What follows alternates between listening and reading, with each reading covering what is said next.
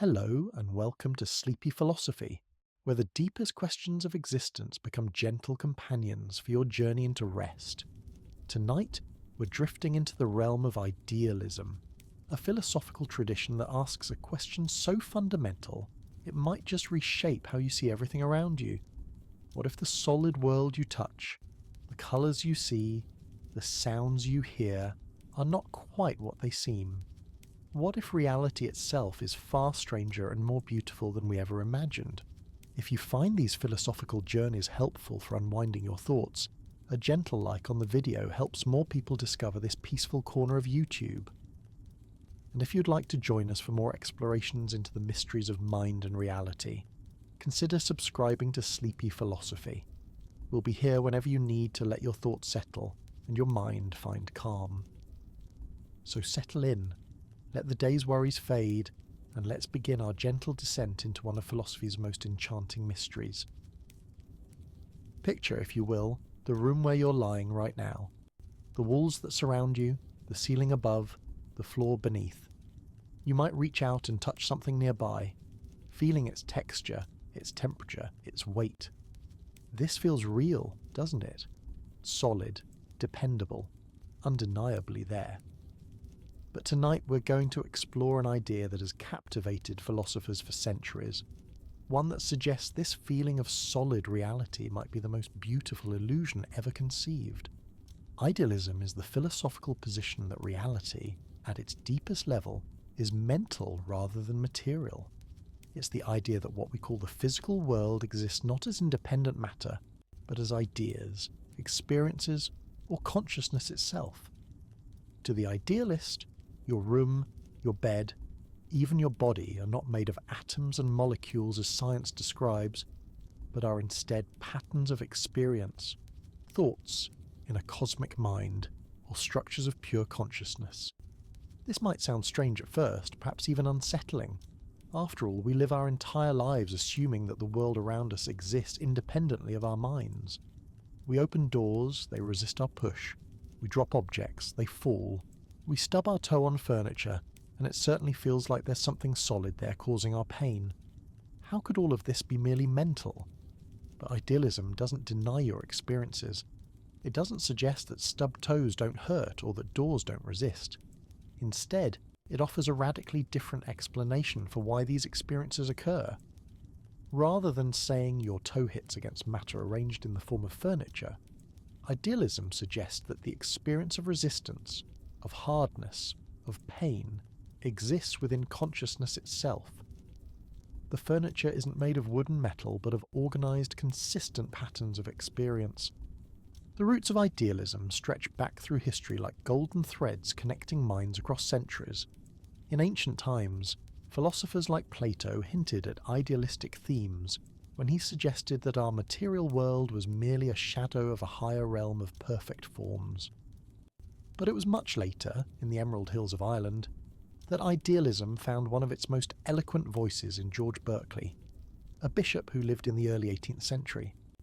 Berkeley made a claim so bold it seems to turn common sense upside down. He argued that material substance, the supposed stuff that makes up tables, chairs, trees and mountains, simply doesn't exist. To be, Berkeley famously declared, is to be perceived. According to his view, objects exist only as collections of ideas in minds. When you see a tree, there is no material tree standing in material soil. There is only your experience of seeing the tree, the collection of visual, tactile and other sensory ideas that you organise and call a tree. But Berkeley was no fool. He knew that if objects only exist when perceived, this raises an obvious question. What happens to the tree when no one is looking at it? Does it simply vanish into nothingness, only to pop back into existence when someone walks by? Berkeley's answer was both ingenious and deeply spiritual. Objects continue to exist when we're not perceiving them, because they are always being perceived by an infinite mind, God. In Berkeley's idealism, the consistency and regularity of our experiences come from the fact that we all participate in the perceptions of a divine consciousness. This divine solution might feel comforting to some and troubling to others, but the beauty of idealism doesn't depend on accepting Berkeley's theology. What remains fascinating is his core insight that everything we know about the world comes to us through experience, through consciousness. We never encounter matter directly. We encounter colours, shapes, textures, sounds, all of which are modifications of our awareness. Think for a moment about the experience of seeing the colour red. When you look at something red, where exactly is the redness?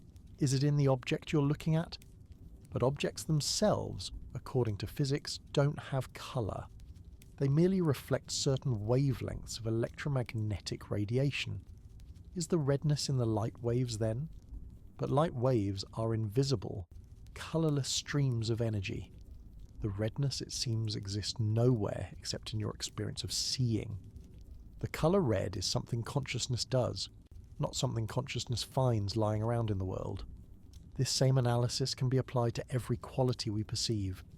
The warmth of sunlight, the sweetness of honey, the roughness of sandpaper, all of these exist as experiences in consciousness rather than as properties of independent material objects. When idealists extend this reasoning, they conclude that if all the qualities we perceive exist in consciousness, then the objects themselves, being nothing more than bundles of these qualities, exist in consciousness as well. As we drift deeper into this exploration, imagine your mind as a vast ocean of awareness. On the surface, waves of experience rise and fall. Thoughts of the day just past, sounds from outside your window, the feeling of your pillow against your cheek. In Berkeley's Idealism, these waves of experience don't point to some separate material shore. They are reality itself, patterns in the infinite ocean of consciousness. But idealism didn't stop with Berkeley. Like a river flowing through different landscapes, it took new forms as it moved through time. In Germany, philosophers like Kant began to explore how our minds actively shape the reality we experience. Though Kant himself wasn't quite an idealist in Berkeley's sense, his work paved the way for even more radical idealistic systems. Kant argued that we can never know things as they are in themselves, independent of our ways of perceiving and thinking about them. Space, time, and causality, rather than being features of reality independent of mind, are forms that our consciousness imposes on experience to make sense of it. In Kant's view, the structured, law-governed world we experience is as much a creation of our minds as a discovery of them. This insight opened up extraordinary possibilities. If consciousness plays such a fundamental role in shaping reality, then perhaps consciousness is more fundamental than we ever imagined. Perhaps, some later philosophers wondered, consciousness doesn't just shape reality, but is reality. The German idealist Georg Wilhelm Friedrich Hegel took this idea to breathtaking heights.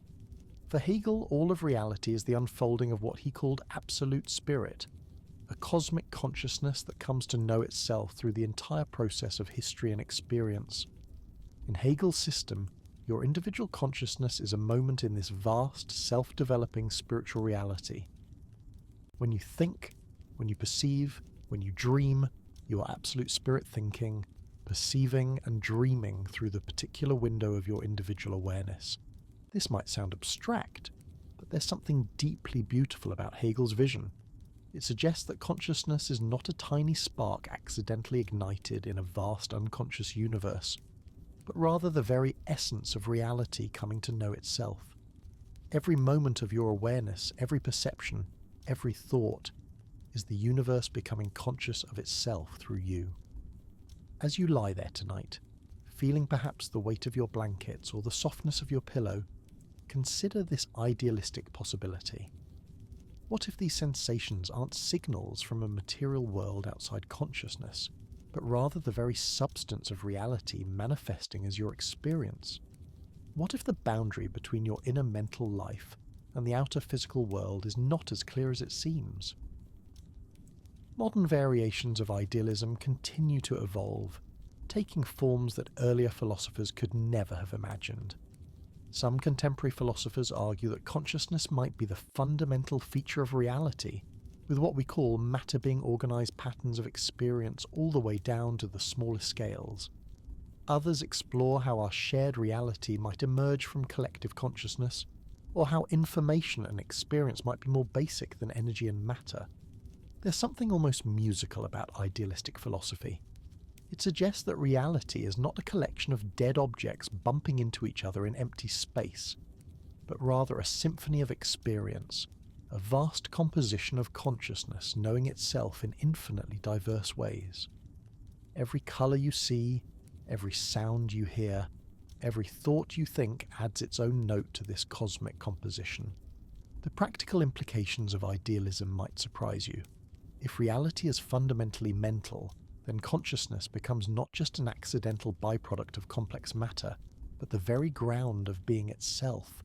This doesn't make the world less real, but rather makes it real in a deeper, more intimate way. You're not a stranger in a foreign universe of matter and energy, but a participant in the very consciousness that constitutes reality. Consider how this might change your relationship to suffering and joy, to beauty and meaning. In a purely material universe, these experiences might seem like mere chemical reactions, accidental byproducts of evolutionary processes, but in an idealistic universe, they become expressions of the fundamental nature of reality itself. Consciousness doesn't accidentally stumble upon beauty and meaning, it creates them, embodies them, is them. This doesn't solve all philosophical problems, of course. Idealism faces its own challenges and questions. How do we account for the apparent regularity and law-governed nature of our shared experience? Why does the world seem so consistent if it's fundamentally mental? How do different individual consciousnesses relate to each other and to any supposed universal consciousness?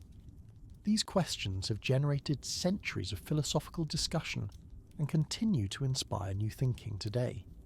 But perhaps tonight, as your thoughts begin to slow and your breathing deepens, the important thing isn't to solve these mysteries, but simply to marvel at them, to let yourself wonder about the nature of the reality you're embedded in, to feel the strange beauty of existing as consciousness in a universe that might itself be consciousness. The gentle paradox of idealism is that it makes reality both more mysterious and more intimate. More mysterious because it suggests that the solid, predictable world of common sense is actually a flowing, creative expression of consciousness. More intimate because it places you not at the periphery of reality looking in, but at its very centre, as one of the countless ways reality comes to know itself. As your mind begins to settle into these deeper currents of thought, let's explore what it might actually feel like to live as an idealist.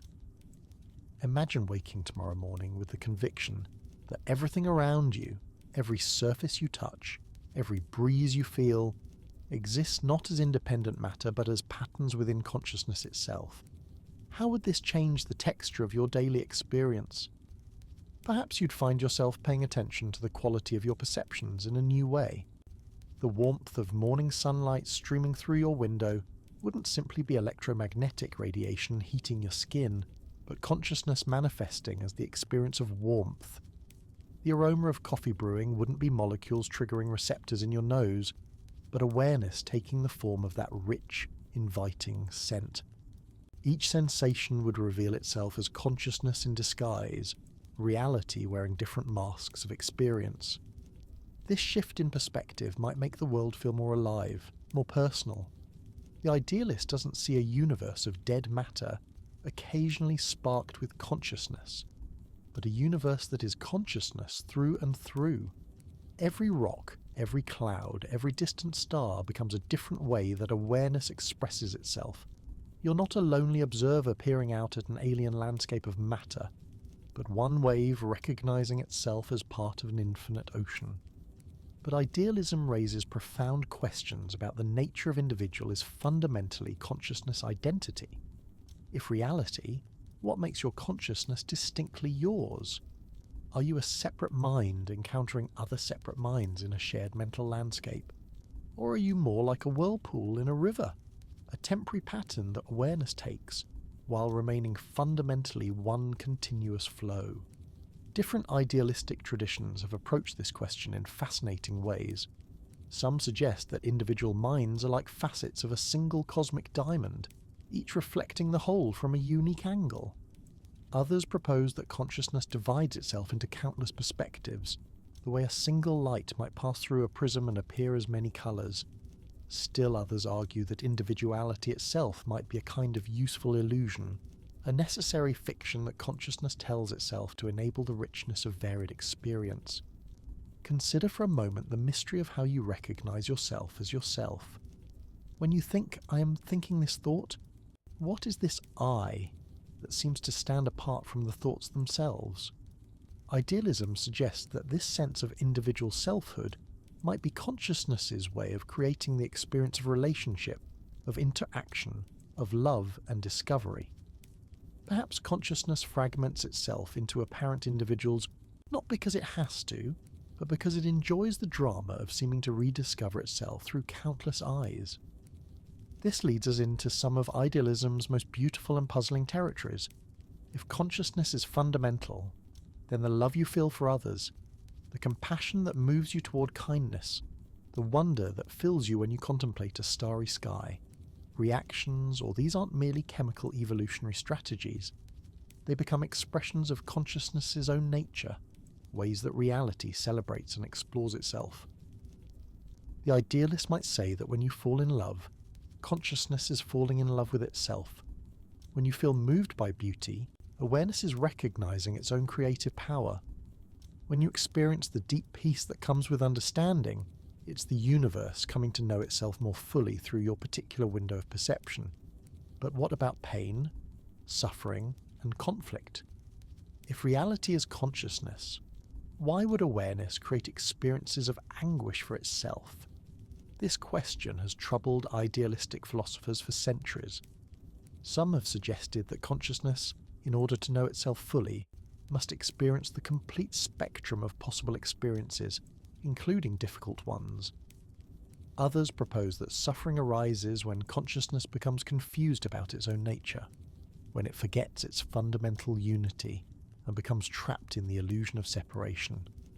Perhaps the most profound response comes from those idealists who see consciousness as inherently creative and dynamic. In this view, consciousness doesn't create suffering deliberately, but rather suffering emerges as consciousness explores the full range of possibilities available to it. Just as a composer might include dissonance to make resolution more beautiful, consciousness might allow difficult experiences to deepen its appreciation of peace, love, and understanding. There's something deeply therapeutic about this idealistic perspective on suffering. If your pain exists within consciousness rather than being inflicted on consciousness from outside, then healing becomes possible in ways that purely material approaches might miss. Your awareness isn't a helpless victim of physical processes beyond its control, but rather the very medium in which both suffering and healing unfold. This doesn't mean that idealism encourages us to ignore physical treatments for illness or emotional support for psychological distress. Rather, it suggests that these approaches work because consciousness is capable of reorganizing itself, of shifting the patterns of experience that constitute both sickness and health. Medicine and therapy become ways of helping consciousness remember its own creative power. As we drift deeper into these contemplations, let's explore how idealism addresses one of the most persistent questions in philosophy: the relationship between appearance and reality. In everyday thinking, we often assume that things might appear one way while actually being another way underneath. The stick looks bent in water but is really straight. The magician's trick looks impossible but has a hidden mechanical explanation. We're trained to distrust appearances in favour of some more fundamental reality lying beneath. But idealism suggests a radical alternative. What if appearance is reality? What if the way things seem to consciousness is precisely what they are, not a superficial coating over some more basic material substrate? In this view, the bent stick in water isn't a misperception of a straight stick, but rather consciousness taking the form of bent stick in water experience. The beauty you see in a sunset isn't a subjective projection onto objective electromagnetic radiation, but consciousness manifesting as sunset beauty. This idealistic approach to appearance and reality has profound implications for how we understand truth and knowledge.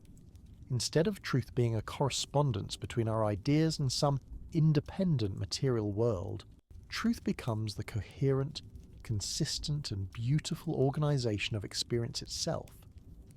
We don't discover truth by getting past appearances to some hidden reality behind them, but by understanding how appearances relate to each other within the unified field of consciousness.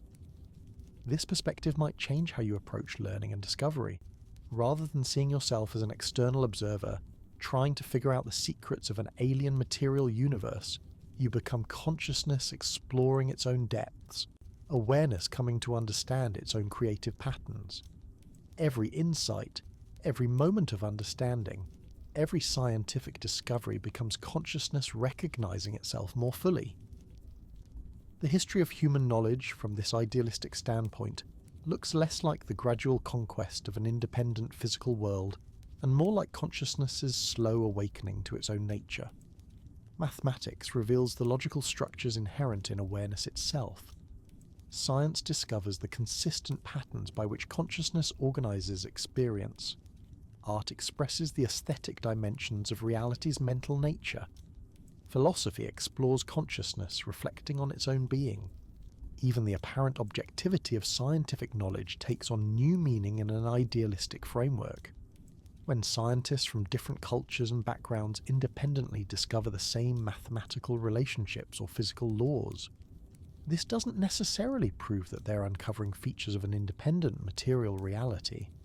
It might instead demonstrate that all individual consciousnesses participate in or emerge from a deeper universal consciousness that maintains consistent patterns of experience.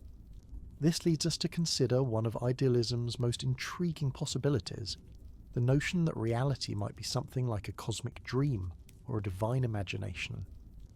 Just as in your personal dreams, the landscapes, characters, and events feel completely real while you're experiencing them, yet exist nowhere except in the dreaming mind, so too might our waking reality be a dream in some vast cosmic consciousness. This cosmic dream hypothesis doesn't make our experience less significant or meaningful. Your dreams, after all, can be profound, beautiful, terrifying, or transformative. They can reveal truths about yourself, inspire creative solutions to problems, or provide experiences of love and wonder that enrich your waking life. If our reality is a cosmic dream, it's a dream of extraordinary depth, consistency, and beauty. Moreover, in this cosmic dream, you're not merely a character being dreamed by someone else. You're a point of lucidity within the dream, a place where the cosmic consciousness becomes aware of itself as consciousness.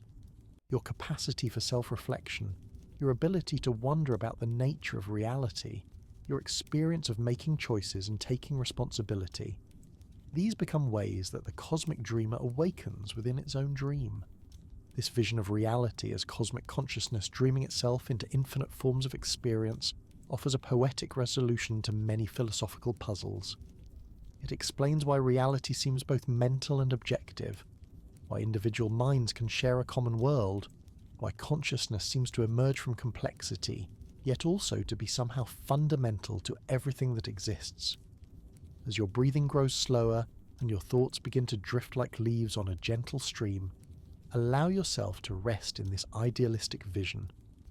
Whether or not consciousness is truly the fundamental nature of reality, there's something deeply peaceful about imagining yourself not as an isolated fragment of awareness lost in a vast unconscious universe, but as an integral expression of reality's own conscious nature. In idealism's gentle embrace, you're never truly alone. Every experience, every thought, every moment of awareness connects you to the deeper consciousness that some say underlies all existence. Your joys and sorrows, your questions and insights, your very capacity to wonder about these mysteries, all become precious expressions of reality coming to know itself through countless unique perspectives.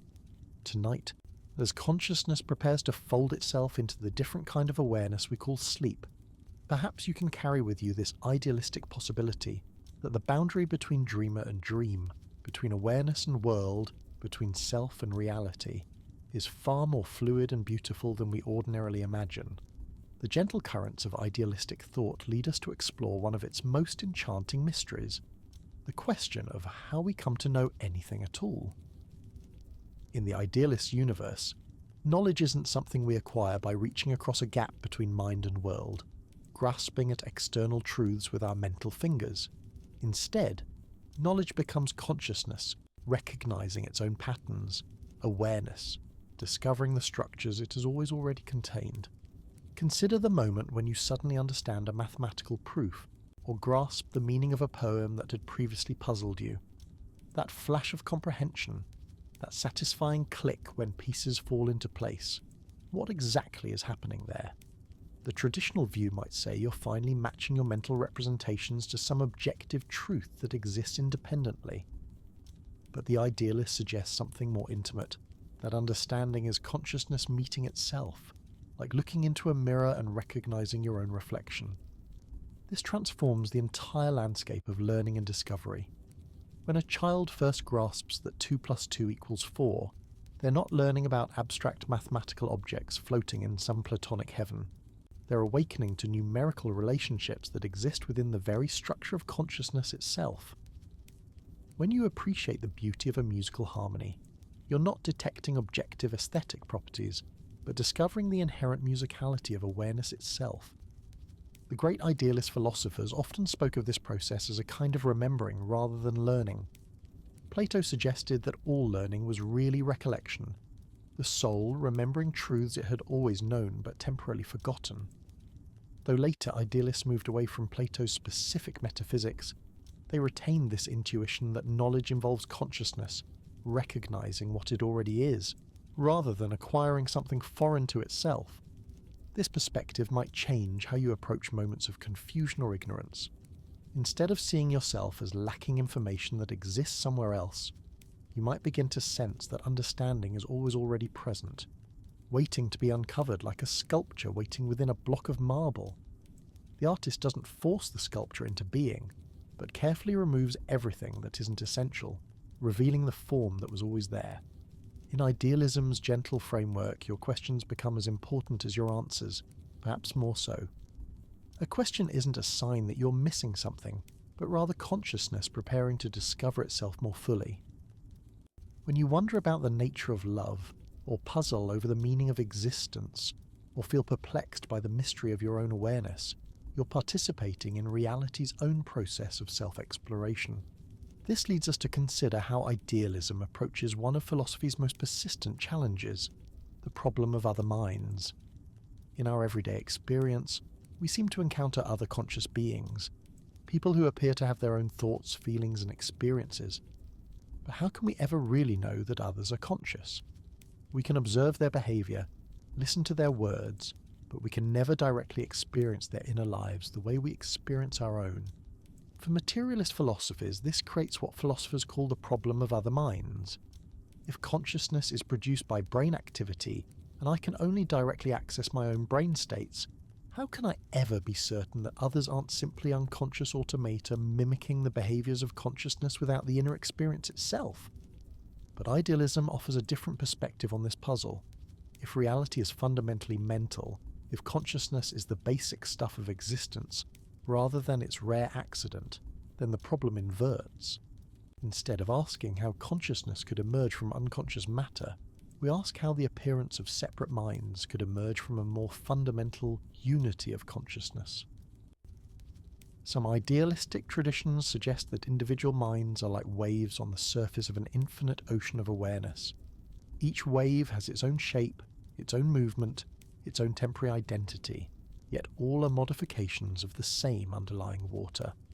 In this view, your consciousness and the consciousness of others aren't separate things trying to communicate across an unbridgeable gap, but rather different expressions of the same basic conscious reality. This oceanic metaphor offers a poetic resolution to the problem of other minds. You can be confident that others are conscious because consciousness is what they're made of, just as waves can be confident that other waves are water because water is what waves essentially are. The question isn't whether consciousness exists in others, but how the one consciousness appears as many. But this raises new questions. If consciousness is fundamentally one, why don't you have direct access to everyone else's thoughts and experiences? Why does there seem to be privacy, individuality, the clear sense that your inner life is yours alone? Different idealistic traditions have offered various answers to these questions, each painting a slightly different picture of how the one becomes many while remaining one. Some suggest that consciousness creates the illusion of separation in order to enable the possibility of relationship, discovery, and love.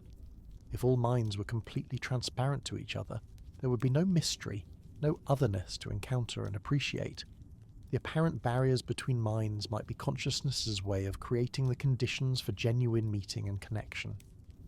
Others propose that individual minds are like different senses of a cosmic consciousness.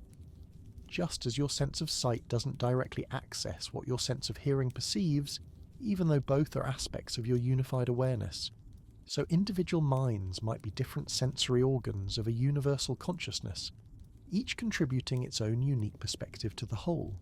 Still others suggest that what we call individual consciousness might be temporary focal points in an infinite field of awareness, like whirlpools in a flowing river. The whirlpool has a distinct identity and pattern, yet it's nothing other than the river itself organized in a particular way. From this perspective, your individual consciousness is both genuinely yours and simultaneously an expression of the universal consciousness that underlies everything. As you drift deeper into these contemplations, notice how idealism transforms the very experience of being alone. In a materialist universe, solitude might feel like genuine isolation, your consciousness trapped inside the boundaries of your skull with no real connection to the vast unconscious cosmos around you. But in an idealistic universe, even in your most solitary moments, you're participating in the same consciousness that constitutes everything else. This doesn't eliminate the genuine experience of loneliness or the real human need for connection and community, but it places these experiences within a larger context of fundamental relatedness. Your loneliness becomes consciousness, experiencing the poignancy of apparent separation. Your joy in human connection becomes consciousness, celebrating its own unity through the beautiful illusion of reunion. The idealistic perspective also offers a unique approach to understanding time and memory.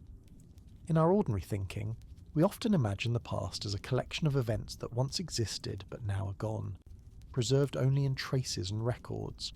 The future appears as a realm of possibilities that don't yet exist but might come to be. Only the present seems fully real, a thin slice of actuality moving forward through time. But if reality is fundamentally mental, time itself might be better understood as a structure within consciousness, rather than an external container in which consciousness exists. Your memories aren't necessarily recordings of past events, but present modifications of awareness, ways that consciousness currently holds patterns of experience that we interpret as past. Similarly, your anticipations and plans for the future aren't references to events that will exist later, but present mental activities, current ways that consciousness organizes itself around possibilities and intentions. From this idealistic standpoint, past and future exist only as present modes of awareness, not as independent temporal realms. This might seem to make time less real, but idealists often argue the opposite. Time becomes more real because it's revealed as an intimate structure of consciousness itself, rather than an alien framework imposed from outside. The flowing, dynamic quality of temporal experience reflects the essentially creative, self-transforming nature of consciousness itself. Consider how this might change your relationship to memory and anticipation. Your childhood memories aren't fading traces of events that happened to a person who no longer exists, but present ways that consciousness holds and treasures patterns of experience. The love you felt then exists now in the very structure of your remembering. The wonder, the fear, the joy of your past are current qualities of your awareness, not distant historical facts. Similarly, your hopes and dreams for the future aren't mere fantasies about events that may never occur, but present expressions of consciousness's creative, forward-moving nature. When you imagine a better world, plan a project, or look forward to seeing a loved one, you're not just thinking about possible future states, but actively participating in consciousness's own creative unfolding. This temporal dimension of idealism connects to its approach to causation and natural laws. In materialist thinking, causes are typically understood as earlier events that force later events to occur according to mechanical principles. Billiard balls collide and transfer momentum. Chemical reactions follow predictable pathways. Genetic programs unfold according to biological algorithms. But idealism suggests a different understanding of causation. If reality is mental, then causes might be more like reasons than forces, more like logical relationships than mechanical pushes and pulls. The reason a dropped stone falls isn't that gravitational forces compel it downward, but that consciousness organizes experience according to consistent rational principles that we interpret as natural laws. This doesn't make the world less reliable or predictable. Indeed, idealists often argue that their view makes natural laws more secure, not less. Physical forces can only push and pull, but logical relationships are absolutely binding. 2 plus 2 must equal 4 not because some cosmic force compels it, but because consciousness itself is structured by rational principles that make contradictions impossible. In this idealistic vision, the entire universe becomes something like a vast logical system, a cosmic mathematics where every event follows necessarily from consciousness's own rational nature. The apparent randomness and chaos we sometimes observe might reflect limitations in our current understanding rather than genuine irrationality in reality itself. This mathematical quality of idealistic reality has inspired some contemporary philosophers and scientists to explore whether consciousness and information might be more fundamental than matter and energy. If the universe is essentially computational or mathematical, then perhaps consciousness, as that which grasps mathematical relationships, is closer to the heart of reality than we typically imagine. But idealism also embraces mystery and acknowledges the limits of rational understanding. Consciousness, even if it's the fundamental reality, remains wonderfully puzzling to itself. The fact that awareness exists at all, that there's something it's like to experience rather than nothing, that consciousness can reflect on its own nature and be amazed by its own existence. These remain profound mysteries that rational analysis may never fully resolve. This brings us to idealism's unique relationship with wonder and awe. In a purely material universe, wonder might seem like an evolutionary accident, a byproduct of cognitive systems that happen to develop capacities for curiosity and aesthetic appreciation. But in an idealistic universe, wonder becomes something more essential, consciousness's way of appreciating its own mysterious nature.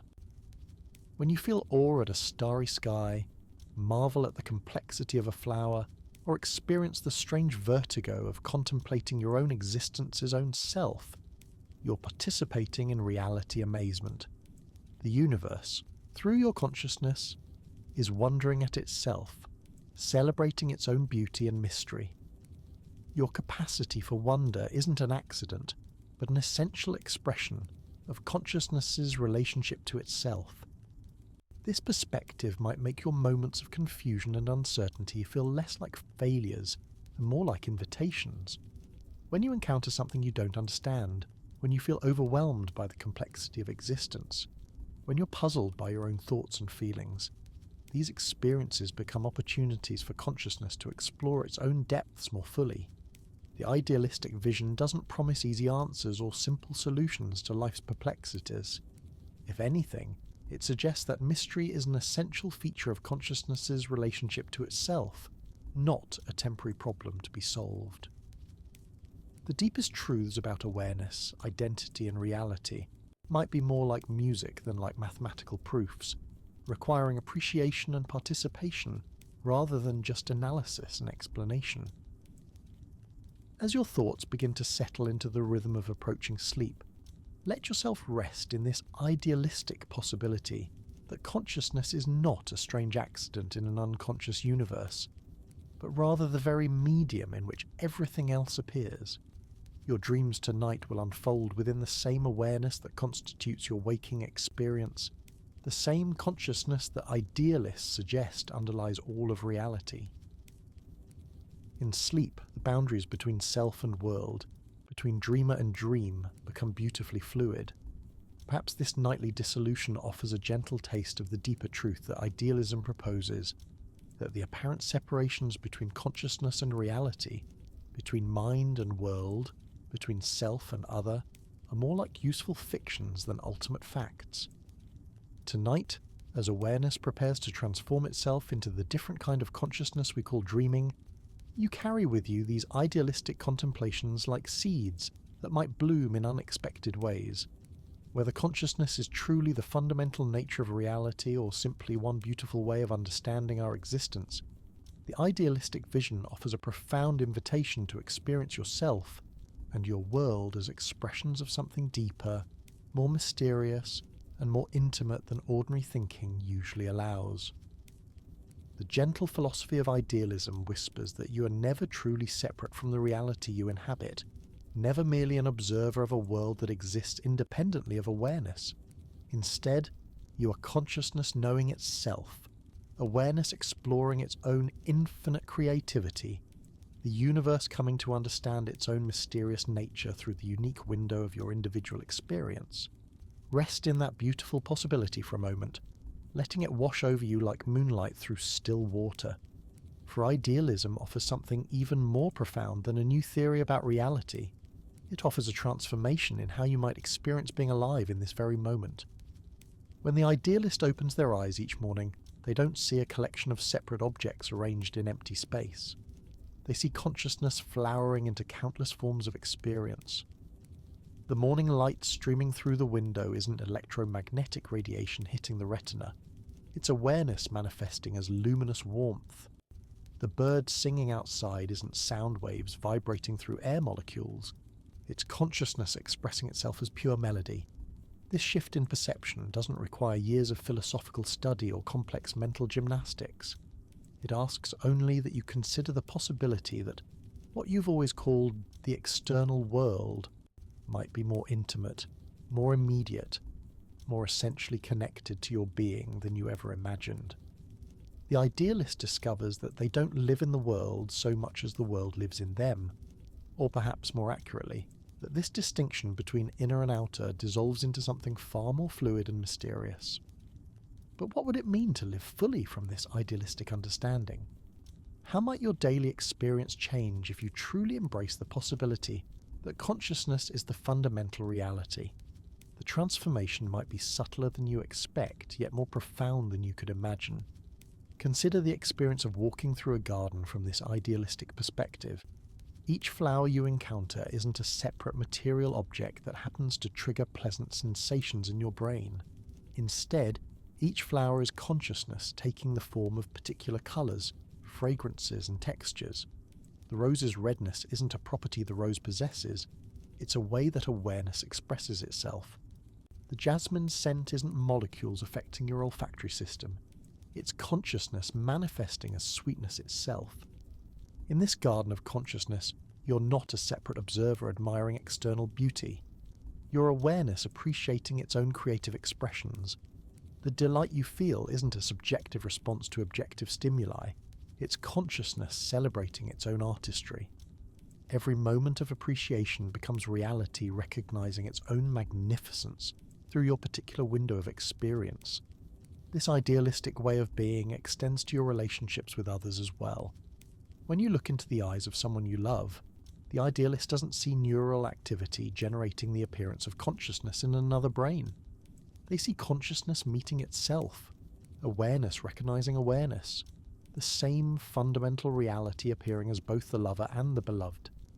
The intimacy you feel isn't just emotional or psychological, it's metaphysical. The universe experiencing the joy of communion with itself. This doesn't diminish the uniqueness of individuals or the genuine otherness that makes relationship possible. Rather, it places individual differences within a deeper context of fundamental unity. Like musicians in an orchestra, each consciousness contributes its own unique voice to a symphony that could never be complete without every particular part. Your individual perspective, your personal history, your unique way of experiencing and understanding, these become precious contributions to reality's ongoing exploration of itself. The idealistic approach to suffering and difficulty also offers unexpected gifts. When pain arises, whether physical discomfort, emotional distress, or existential confusion, the idealist doesn't see it as an invasion from an alien material world attacking a vulnerable mind. Instead, they recognize suffering as consciousness, encountering aspects of its own nature that it hasn't to integrate it yet learn harmoniously. This perspective doesn't minimize the reality of pain, or suggest that suffering is somehow illusory. If anything, it honors the full reality of difficult experiences while placing them within a framework of ultimate healing and understanding. Pain becomes consciousness's way of drawing attention to patterns that need care, compassion, and wisdom. Your capacity to suffer reveals the exquisite sensitivity of awareness itself, its infinite capacity to feel and respond to the full spectrum of possible experience. From this idealistic standpoint, healing becomes not a matter of fixing broken material mechanisms, but of helping consciousness remember its own wholeness, its own creative power to reorganize experience in more harmonious ways. The medicines that help, the therapies that heal, the relationships that restore, all of these work by supporting consciousness's natural tendency toward integration, beauty, and peace. Even death, perhaps the greatest mystery and challenge in human experience, takes on different meanings within idealistic philosophy. If consciousness is fundamental rather than emergent, if awareness is the ground of being rather than its accident, then death cannot be the simple extinction that materialist views suggest. Instead, death becomes a transformation within consciousness, perhaps a dissolving of particular patterns of experience back into the infinite ocean of awareness from which they arose. The idealist might see death as consciousness laying down one form of self-expression to take up others, like an actor finishing one role to begin another, or like a wave settling back into the sea from which it never was truly separate. This doesn't necessarily promise personal survival in any conventional sense, but it does suggest that what we most essentially are, pure awareness itself, cannot be destroyed because it was never merely personal to begin with. This view of death as transformation rather than termination can bring profound peace to the living. The idealist grieves the loss of particular forms of consciousness, the unique ways that awareness expressed itself through beloved individuals, but they also rest in the understanding that consciousness itself continues, that the love shared, the beauty appreciated, the wisdom gained, all remain as eternal modifications of the infinite awareness that underlies everything. Living with this idealistic understanding doesn't require constant philosophical reflection or mystical experiences. It's more like learning to see the world through different eyes, to feel your way into a different relationship with existence itself. Sometimes this new vision comes as sudden insights, moments when the ordinary world reveals its extraordinary nature, when consciousness catches itself in the act of creating reality. Other times it's a gradual shift, a slow opening to the possibility that everything you encounter is somehow more alive, more conscious, more intimately connected to your own being than you previously imagined. The idealistic path isn't always easy or comfortable. It challenges some of our deepest assumptions about independence, separateness, and control. If consciousness is fundamental, if reality is essentially mental, then the boundaries between self and world, between subject and object, between dreamer and dream, become much more fluid than ordinary thinking allows. This can feel liberating and terrifying in equal measure. Sometimes idealistic insights bring tremendous peace, the recognition that you're never truly alone, never really separate from the reality you inhabit, never merely an accident in an unconscious universe. Other times they bring vertigo. If consciousness is creating reality moment by moment, what does this mean for your sense of agency, responsibility, and individual identity? These questions don't have easy answers, and idealism doesn't pretend they do. But perhaps the most beautiful gift of idealistic philosophy is how it transforms your relationship to mystery itself. In a materialist framework, mysteries are problems to be solved, gaps in knowledge to be filled, ignorance to be overcome through better information and analysis. But idealism suggests that mystery might be essential to consciousness's relationship with itself, not a temporary obstacle, but an ongoing invitation to wonder, exploration, and appreciation. The mystery of why there is something rather than nothing, the mystery of how consciousness can be aware of its own awareness, the mystery of beauty, love, meaning, and creativity. These become not philosophical problems requiring solutions but gifts to be received, depths to be explored, dimensions of reality to be celebrated rather than explained away. Consider the mystery of this very moment, as you lie there listening to these words, thoughts arising and passing in the space of your awareness. Where do thoughts come from? What is it that knows you're having thoughts?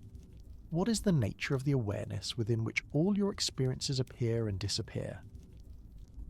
The idealist suggests that these questions point not to information you're missing, but to the inexhaustible mystery of consciousness itself. This mystery isn't empty or meaningless. It's full to overflowing with significance. Every moment of awareness, every flash of understanding, every experience of beauty or love or wonder reveals consciousness to itself in ways that can never be fully captured in concepts or words. Your consciousness exploring its own infinite depths, awareness marveling at its own creative power, reality coming to know itself through countless unique perspectives.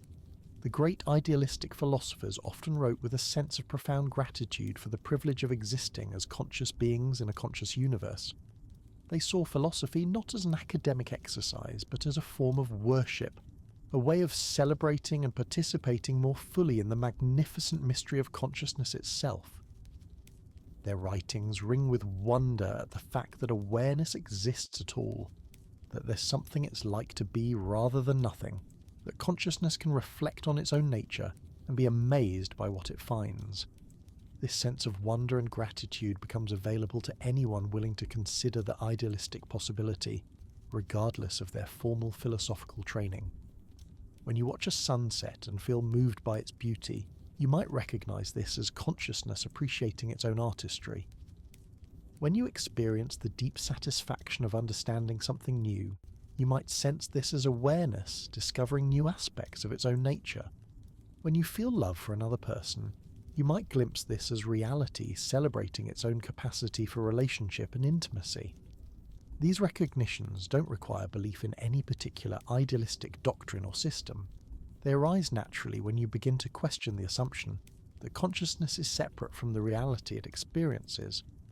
The idealistic vision becomes less a theory to be proven and more a way of being to be explored, less a set of propositions to be believed, and more an invitation to participate more fully in the mystery of existence itself. As your thoughts continue to slow and your breathing deepens, let yourself rest in this idealistic possibility without needing to resolve all its implications or answer all its questions.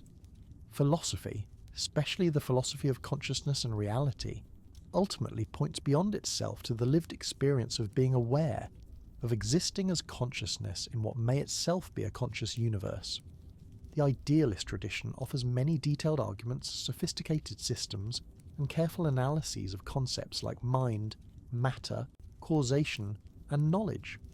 But at its heart, idealism makes a simple invitation to consider that consciousness might be more fundamental, more creative, more intimately connected to reality than our ordinary assumptions suggest. It asks you to entertain the possibility that you are not a stranger in an alien material world, but awareness knowing itself, consciousness exploring its own infinite creativity. Tonight, as you prepare to enter the different kind of consciousness we call sleep, you carry with you seeds of idealistic wonder that may bloom in unexpected ways. Your dreams will unfold within the same awareness that constitutes your waking experience. The same consciousness that idealists suggest underlies all of reality. In sleep, the boundaries between inner and outer, between self and world, between dreamer and dream become beautifully permeable. Perhaps this nightly dissolution of ordinary boundaries offers a gentle taste of the deeper truth that idealism proposes, that the apparent separations between consciousness and world, between mind and reality, between individual awareness and universal being are more like temporary creative expressions than ultimate metaphysical facts. Sleep becomes a practice in letting go of the illusion of separation, a return to the oceanic consciousness from which individual waves of awareness arise. As awareness prepares to transform itself into the flowing creative consciousness of dreams, rest in the idealistic recognition that you are never separate from the mystery you're embedded in, never merely observing a reality that exists independently of your being. You are consciousness celebrating its own existence, awareness exploring its own depths, the universe coming to know and love itself through the irreplaceable gift of your unique perspective. The beauty of idealistic philosophy extends beyond abstract contemplation into the very fabric of how we might understand creativity and artistic expression. When a poet writes verses that seem to capture something essential about love or loss, when a musician composes melodies that move listeners to tears, when a painter creates images that reveal hidden truths about the human condition, what exactly is happening in these moments of creative breakthrough? From the idealistic perspective, artistic creation becomes something far more profound than individual human beings manipulating external materials to express internal states. Instead, it becomes consciousness using particular minds and hands as instruments through which to explore and express its own infinite creative potential. The poet doesn't simply arrange words according to personal preference or cultural convention. They become a conduit through which language discovers new ways to embody meaning and beauty. Consider the moment when a perfect metaphor suddenly appears in a writer's mind, connecting two seemingly unrelated aspects of experience in a way that illuminates both. Where does such insight originate? The idealist might suggest that consciousness itself recognizes connections that were always present but previously hidden, like stars that become visible only when clouds part. The writer doesn't create these relationships so much as uncover them, becoming that exist aware of patterns within the very structure of reality itself. This understanding transforms the nature of artistic appreciation as well. When you read a poem that speaks directly to your heart, when you hear music that seems to express exactly what you've never been able to put into words, when you encounter a painting that reveals beauty you never noticed before, you're not simply having subjective responses to external stimuli. You're participating in consciousness, recognizing itself, awareness, appreciating its own creative expressions through the unique lens of your individual perspective. The idealistic approach to art suggests that beauty isn't merely in the eye of the beholder, nor is it simply an objective property of certain arrangements of matter. Instead, beauty becomes the signature of consciousness delighting in its own creative power, reality celebrating its capacity to manifest as harmony, proportion, elegance, and grace. Every genuine aesthetic experience becomes a moment of cosmic self-appreciation, the universe recognizing its own magnificent artistry. This perspective might change how you experience your own creative impulses and expressions. Whether you write, paint, make music, cook, garden, or express creativity in any form, idealism suggests you're participating in consciousness's ongoing exploration of its own creative potential. Your individual style, your unique way of seeing and expressing, becomes a precious contribution to reality's endless artistic self-discovery. Even the struggles and challenges of creative work take on new meaning within this framework. Those moments when inspiration seems blocked, when your efforts feel forced or artificial, when you can't quite capture what you're trying to express, these become opportunities for consciousness to explore the edges of its current creative understanding. The frustration isn't personal failure but awareness, encountering the boundaries of its present self-knowledge, preparing to expand into new territories of expression. The idealistic view also illuminates why certain works of art seem to speak across centuries and cultures, touching something universal in human experience despite vast differences in time, place, and circumstance. If consciousness is fundamental, then the greatest artistic achievements don't simply reflect the personal experiences of their creators, but tap into patterns and truths that exist within the very structure of awareness itself. When Shakespeare explores the depths of human passion, when Bach creates mathematical beauty in musical form, when ancient cave painters capture the essence of movement in simple lines, they're not just expressing individual perspectives but accessing dimensions of consciousness that remain constant across time and culture. Their works endure because they reveal something essential about what it means to exist as awareness in a reality that might itself be conscious. This leads us to consider idealism's unique approach to the relationship between the individual and the universal, the personal and the cosmic. In much philosophical thinking, these seem to exist in tension. individual identity appearing to conflict with larger truths or universal principles. But idealism suggests a more harmonious relationship, where individual consciousness and universal consciousness enhance, rather than compete with each other. Your personal experiences, memories, preferences, and perspectives don't separate you from universal truth, but become unique expressions of it.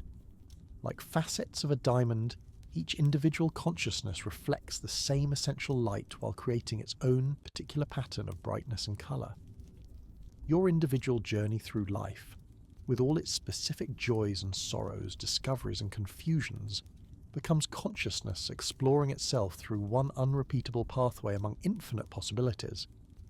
This understanding can bring profound relief from the pressure to transcend or eliminate individual identity in favour of some impersonal universal truth. Idealism suggests that your personality, your history, your particular way of being conscious, these aren't obstacles to spiritual or philosophical understanding, but vehicles for it. Consciousness doesn't need to escape from individual form to know itself truly. It knows itself through individual form. At the same time, this perspective prevents the individual from becoming trapped in narrow self-concern. Your personal experiences and insights gain deeper meaning when understood as contributions to consciousness's broader self-exploration. Your growth, healing, and understanding benefit not just yourself, but reality as a whole, adding to the sum total of awareness's self-knowledge. The idealistic framework also offers a distinctive approach to ethics and moral philosophy. If consciousness is fundamental, if all apparent individuals are expressions of the same basic reality, then harm to others becomes a form of self-harm, while compassion and kindness become expressions of consciousness caring for itself. This doesn't reduce ethics to mere self-interest, but rather reveals self-interest and altruism as different faces of the same underlying truth. When you act with genuine compassion toward another person, idealism suggests you're participating in consciousness's natural tendency toward harmony and integration. The love you feel isn't just a personal emotion, but an expression of reality's own loving nature. The care you offer isn't just individual kindness, but universal consciousness tending to itself through the particular channel of your awareness. This perspective doesn't make moral choices simple or automatic. If anything, it increases the weight and significance of ethical decisions by suggesting that every action ripples through the fabric of consciousness itself. But it does provide a foundation for ethics that doesn't depend on external commands or arbitrary social conventions. Right action becomes that which promotes the health, harmony, and creative expression of consciousness as a whole. The idealistic approach to suffering and evil remains one of its most challenging aspects. If reality is fundamentally conscious, and consciousness is naturally inclined toward truth, beauty, and goodness, why do we encounter so much pain, conflict, and apparent meaninglessness? Different idealistic traditions have wrestled with this question in various ways, none providing completely satisfying answers, but all offering insights worth considering. Some suggest that consciousness, in order to know itself fully, must explore the complete range of possible experiences, including difficult ones. Just as light reveals itself most clearly in contrast to darkness, consciousness might come to appreciate its essential nature more deeply through encountering apparent obstacles to its expression. Suffering becomes not a punishment or accident, but an aspect of consciousness's comprehensive self-exploration. Others propose that what we experience as evil or meaningless represents consciousness temporarily forgetting its own nature, becoming confused about its essential unity and creativity. From this perspective, healing and growth involve helping consciousness remember what it truly is, returning to awareness of its fundamental wholeness and creative power. Still others suggest that consciousness is inherently creative and dynamic, always pushing beyond current limitations toward greater expression and understanding. What we interpret as problems or conflicts might represent consciousness actively working to transcend present constraints, growing pains in reality's ongoing evolution toward more complete self-realization. None of these approaches eliminates the genuine challenge that suffering poses for idealistic philosophy. but they do suggest ways of understanding difficult experiences that honour their reality, while placing them within a larger context of meaning and potential healing. The idealistic vision doesn't promise that life will be easy or pain-free, but it does suggest that even our deepest struggles participate in consciousness's ongoing journey toward fuller self-understanding. As your awareness begins to settle more deeply into the approaching rhythms of sleep, let these idealistic contemplations flow through your consciousness like gentle streams finding their way to the ocean. The questions and insights we've explored together don't require definitive answers or firm commitments to particular philosophical positions. They're invitations to wonder, opportunities to experience your existence from slightly different angles, gifts to your naturally curious and creative awareness. The great value of idealistic philosophy may lie not in providing final solutions to metaphysical puzzles, but in opening new possibilities for experiencing the mystery of being conscious. Whether or not consciousness is literally the fundamental nature of reality, exploring this possibility can transform how you relate to your thoughts, perceptions, relationships, and the world around you. When you wake tomorrow morning, you might find yourself noticing the quality of your experiences in subtly different ways. The warmth of sunlight, the taste of morning coffee, the sound of birds singing, the feeling of your feet touching the ground. All of these ordinary miracles might reveal themselves as more alive, more intimate, more connected to your essential being than you previously imagined. The idealistic vision offers no escape from the practical demands and challenges of daily life. But it does suggest that these demands and challenges unfold within a reality far more mysterious, beautiful, and meaningful than our ordinary assumptions typically allow. You're not just a biological organism struggling to survive in an indifferent material universe, but consciousness itself exploring its infinite creative potential through the unique lens of your individual perspective. This recognition doesn't solve all problems or answer all questions, but it does place whatever you encounter within a framework of fundamental meaning and purpose. Your joys become celebrations of consciousness discovering its own creative power. Your struggles become opportunities for awareness to explore new territories of understanding and compassion. Your relationships become meetings between different expressions of the same underlying reality. Your creative work becomes contributions to consciousness's ongoing, artistic self-expression.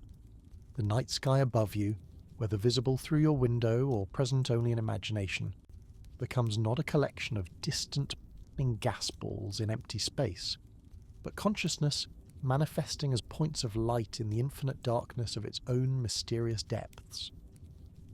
The earth beneath you becomes not just accumulated matter shaped by blind forces, but awareness taking the form of soil, stone, and growing things.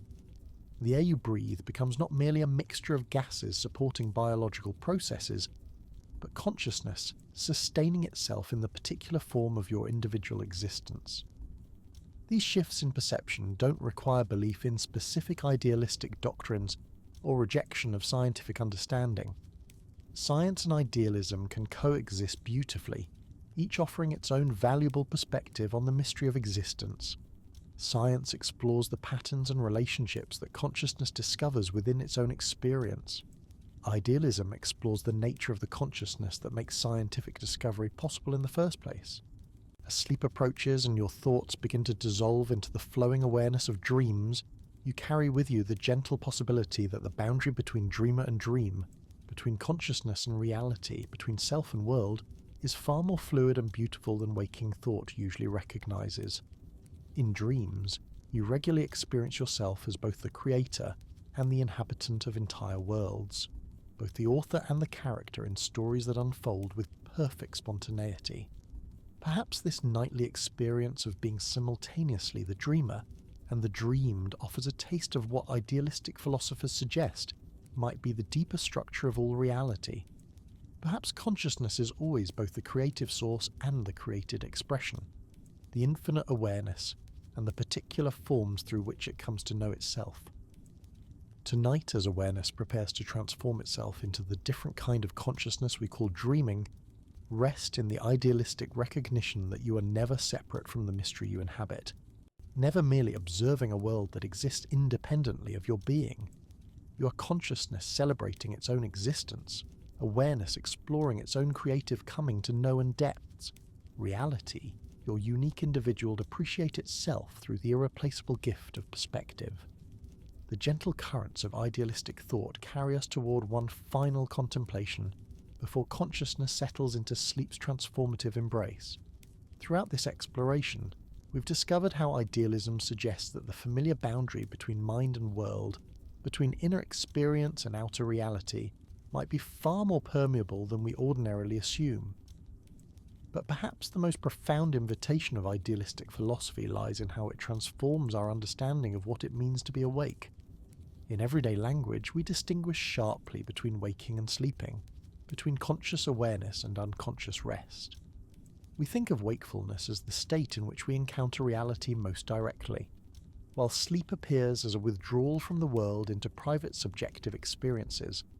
But idealism suggests that this distinction might be more subtle and interesting than it first appears. If consciousness is fundamental, if awareness is the basic stuff of reality rather than its rare accident, then both waking and sleeping become different modes of the same essential consciousness. Your dreams are no less real than your waking experiences. They're simply consciousness organizing itself according to different principles, following different patterns of coherence and continuity. The idealist might suggest that what we call waking consciousness is simply consciousness dreaming in a particularly stable, consistent and shared way. The physical laws that seem so reliable, the objects that appear so solid, the time that flows so steadily, these might be the parameters of a cosmic dream so well established that we mistake it for absolute reality.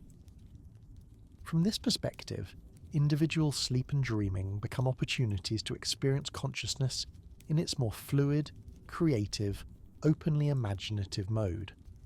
In dreams, you regularly witness consciousness creating entire worlds, complete with landscapes, characters, narratives, and emotions, all arising spontaneously from awareness itself.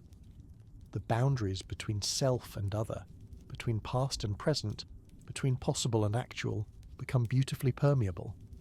This nightly experience of creative consciousness might offer glimpses into the deeper nature of reality itself. If idealism is correct, if consciousness is fundamental, then your capacity to dream entire worlds into existence during sleep reveals something essential about how reality operates at the most basic level. You're not just experiencing dreams, you are consciousness demonstrating its own creative power to itself. But idealism also suggests that even waking consciousness involves more creativity and active participation than we usually recognize. Every moment of perception, every act of understanding, every experience of beauty or meaning involves consciousness organizing and interpreting patterns of experience. You're not passively receiving information about an independent external world, but actively participating in the ongoing creation of the reality you encounter. This recognition transforms the very meaning of awakening. True awakening, from the idealistic perspective, might not be simply opening your physical eyes or emerging from sleep, but rather becoming conscious of consciousness itself, recognizing your own awareness as the fundamental reality within which all experiences appear. It's awakening to the fact that you are not just in reality, but reality is in you, or more precisely, that you and reality are different expressions of the same underlying consciousness. This philosophical awakening doesn't happen once and for all, but unfolds gradually, in moments of insight and recognition that can occur whether you're technically awake or asleep, whether you're engaged in practical activities or lost in contemplation. Sometimes it comes as sudden illumination, the recognition that consciousness is the constant presence within which all changing experiences appear and disappear. Other times it emerges slowly, a gradual shift in how you relate to your thoughts, perceptions, and the world around you. The idealistic path toward this deeper awakening doesn't require abandoning ordinary life or withdrawing from practical concerns. Instead, it suggests that every activity, every relationship, every challenge and joy can become an opportunity for consciousness to know itself more fully. Washing dishes becomes consciousness exploring texture, temperature, and movement. Conversations become awareness meeting awareness. Even difficulties and frustrations become opportunities for consciousness to discover new dimensions of its own creative problem-solving capacity. This understanding brings profound dignity to every aspect of human experience. Nothing is merely mundane or meaningless if consciousness is fundamental. Your most ordinary activities participate in reality's ongoing self-exploration. Your personal struggles contribute to consciousness's growing understanding of its own nature. Your moments of joy and appreciation become the universe celebrating its own creative beauty, also offers a unique perspective on death. The idealistic vision and the continuity of consciousness. If awareness is fundamental rather than emergent, if consciousness is the ground of being rather than its accident, then the dissolution of individual identity that death appears to represent cannot be simple extinction. Instead, death becomes a transformation within consciousness, perhaps a release of particular patterns of experience back into the infinite ocean of awareness from which they arose. This doesn't necessarily promise personal survival in any conventional sense, but it does suggest that what you most essentially are, pure awareness itself, cannot be destroyed because it was never merely personal to begin with. The love you've experienced, the beauty you've appreciated, the understanding you've gained, all of these remain as eternal modifications of the infinite consciousness that idealists suggest underlies everything. Living with this understanding can bring extraordinary peace. You need not fear that your deepest experiences and insights will simply vanish when your individual form dissolves. Instead, they become permanent contributions to consciousness's ongoing self-understanding, precious gifts to the infinite awareness that expresses itself through countless temporary forms. But perhaps most importantly, idealism suggests that this infinite consciousness is not distant or separate from your current experience. It's not something you need to achieve or attain through special practices or beliefs. It's what you most essentially are right now, in this very moment, as you lie there listening to these words, thoughts arising and passing in the space of your awareness. The consciousness reading these words, the awareness within which all your experiences appear, this is not separate from the universal consciousness that idealists suggest underlies all of reality. You're not a small, separate mind trying to understand a vast unconscious universe. Your infinite awareness exploring its own nature through the particular lens of your individual perspective. This recognition doesn't eliminate individual identity or make personal experiences meaningless. Rather, it places individual consciousness within a larger context of fundamental unity, while honouring the unique and irreplaceable contribution that each perspective makes to the whole. You are both the infinite ocean and the unique wave, both universal consciousness and individual awareness, both the dreamer and the dream. As sleep draws near and thoughts begin their gentle dissolution into the flowing awareness of dreams, rest in this idealistic possibility, without needing to grasp it intellectually or hold it as a fixed belief. Let it be a gift to your naturally wandering consciousness, an invitation to experience existence from a slightly different angle, a doorway into the mystery of what it means to be aware in a reality that might itself be awareness. The great idealistic philosophers wrote not to convince but to awaken, not to provide final answers but to deepen the questions, not to solve the mystery of consciousness but to celebrate it more fully.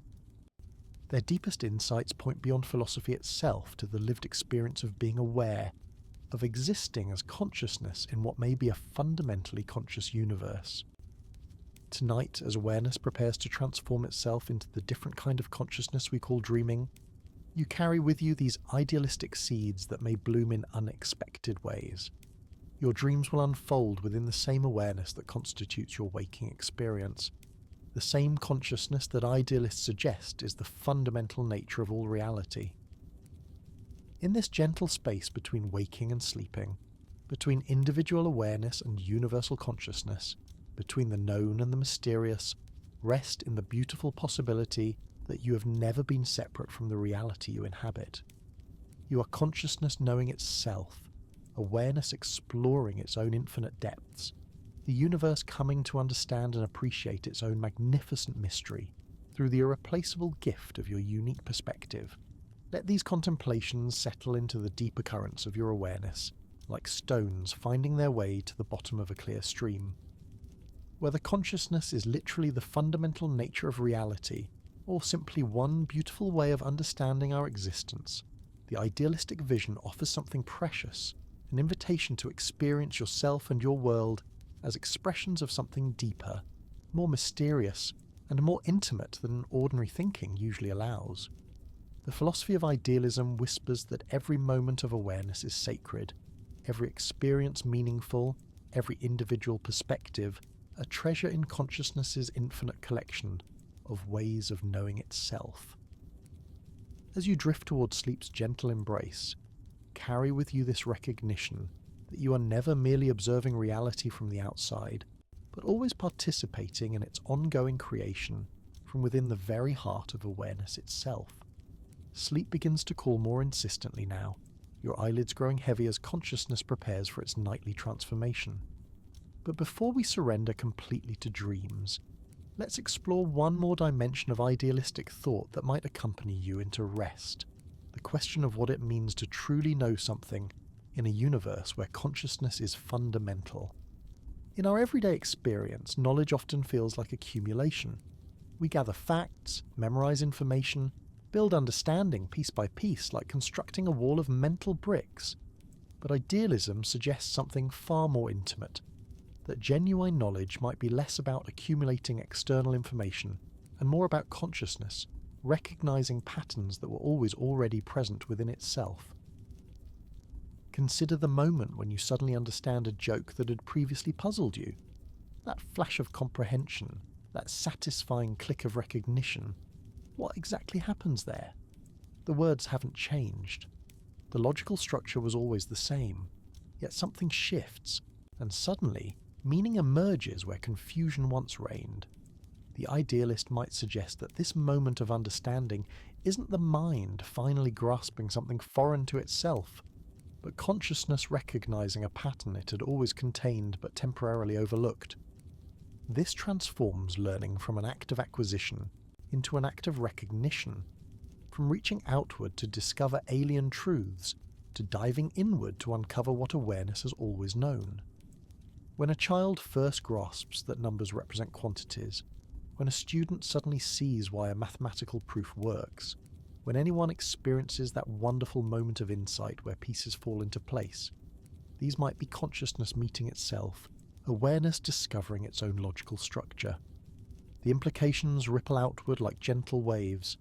If consciousness is fundamental, then the capacity for understanding, for recognizing truth and beauty, for appreciating meaning and significance, these aren't accidental features of complex brains, but expressions of reality's own nature. The universe doesn't accidentally produce beings capable of understanding mathematics and music, poetry and philosophy. Instead, consciousness naturally recognizes these patterns because they reflect its own deepest structure. This suggests that your moments of genuine insight, those times when understanding dawns with clarity and certainty, aren't just personal achievements, but cosmic events. Through your individual awareness, reality is coming to know itself more fully. Your capacity for wonder, for appreciation, for the recognition of truth, these become ways that consciousness celebrates its own infinite creativity. But idealism also acknowledges the genuine difficulty of knowledge, the way understanding often feels like work, like struggling to grasp something that remains stubbornly elusive. If consciousness naturally knows itself, why is knowledge sometimes so challenging? Different idealistic traditions have offered various responses to this puzzle, each illuminating different aspects of consciousness's relationship to itself.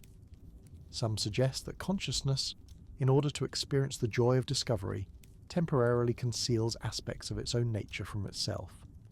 Like someone who hides a gift only to experience the delight of finding it again, consciousness might create the appearance of ignorance to enable the satisfaction of learning. Your struggles to understand wouldn't be failures, but rather consciousness setting up conditions for its own future recognition and celebration. Others propose that consciousness is inherently dynamic, always growing, always exploring new territories of self-understanding. From this perspective, the difficulty of knowledge reflects consciousness, pushing against the edges of its current self-awareness, working to expand into new dimensions of insight and understanding. Your intellectual challenges become opportunities for reality itself to grow and evolve. Still others suggest that what we experience as individual ignorance reflects consciousness, appearing to fragment itself into countless perspectives, each offering a unique window into the whole. Your particular viewpoint, with its specific limitations and blind spots, contributes something irreplaceable to consciousness's comprehensive self-knowledge.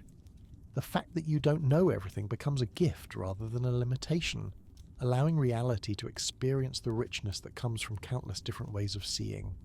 These perspectives transform the relationship between question and answer, between seeking and finding. Questions aren't signs that you're missing something essential, but rather consciousness preparing to discover itself more fully.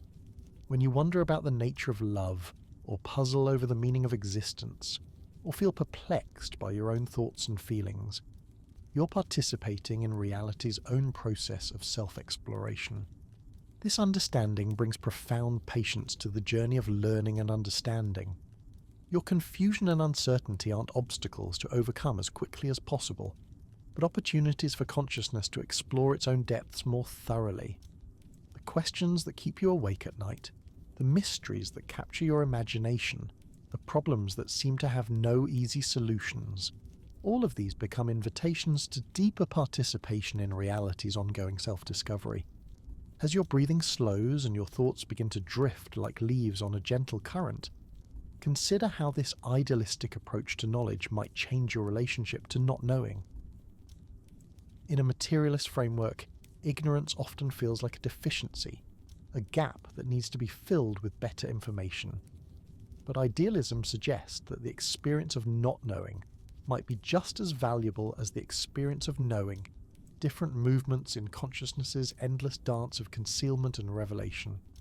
The mystery of your own awareness, the puzzling nature of existence itself, the questions that seem to have no final answers. These aren't problems to be solved, but depths to be explored, dimensions of reality to be appreciated rather than explained away. When you encounter something you don't understand, when you feel overwhelmed by the complexity of existence, when you're puzzled by your own experience, these moments become opportunities for consciousness to marvel at its own mysterious nature. This brings us to one of idealism's most beautiful insights, the recognition that consciousness's relationship to itself is inherently creative. Awareness doesn't simply discover pre-existing truths, but participates in the ongoing creation of meaning, beauty, and understanding. When you have a new insight, appreciate a work of art, or experience a moment of genuine connection with another person, you're not just uncovering something that was always there, but helping to create something genuinely new. The idealistic universe is not a static collection of eternal truths waiting to be discovered, but a dynamic, creative reality that continues to unfold through every moment of awareness, every act of understanding, every experience of beauty and meaning. Your individual consciousness isn't just observing this creative process, but actively participating in it, contributing your unique perspective to reality's ongoing self-creation. This creative dimension of consciousness extends to your dreams and imagination as well. When you dream, when you daydream, when you let your imagination wander into fictional worlds and hypothetical possibilities, you're not just entertaining yourself with mental fantasies, but participating in consciousness's essential creativity. The imaginary worlds you create, the stories you tell yourself, the possibilities you explore in thought, these become real expressions of awareness's infinite creative potential. From this perspective, the boundary between imagination and reality becomes beautifully fluid. If consciousness is fundamental, if awareness is the basic stuff of existence, then your capacity to imagine, to dream, to create mental worlds and explore possibilities, these reveal something essential about the nature of reality itself. Your consciousness demonstrating its own creative power, awareness showing itself what it's capable of becoming. This understanding can transform your relationship to your own inner life, to your thoughts, feelings, fantasies, and dreams. Instead of dismissing these as merely subjective, merely personal, merely imaginary, you might begin to recognize them as expressions of consciousness's own creative nature, glimpses into the fundamental creativity that underlies all existence. Your emotions, too, take on new significance within this idealistic framework. Joy, sadness, anger, fear, love, wonder. All of these aren't just biochemical reactions or evolutionary responses, but ways that consciousness experiences and expresses its own nature. When you feel moved by beauty, when you experience the deep satisfaction of understanding, when you feel the pain of loss or the joy of connection, you're participating in reality's own emotional life. This doesn't make difficult emotions less challenging or eliminate the genuine work of emotional healing and growth. But it does place your emotional experiences within a larger context of meaning and significance. Your capacity to feel deeply, to be moved by beauty and meaning, to experience the full spectrum of emotional possibility, these become gifts to consciousness itself, ways that awareness explores and expresses its own infinite sensitivity. The idealistic vision also offers a unique perspective on memory and the passage of time. In ordinary thinking, we often imagine the past as a collection of events that once existed but are now gone, preserved only in traces and records. But if consciousness is fundamental, if awareness is the basic reality, then your memories might be better understood as present modifications of consciousness rather than records of past events. When you remember your childhood, when you recall a conversation from yesterday, when you think about experiences that shaped who you are, these memories exist now as current patterns of awareness. The love you felt then exists now in the very structure of your remembering. The lessons you learned, the beauty you appreciated, the connections you made, all of these live on as present qualities of consciousness, not distant historical facts.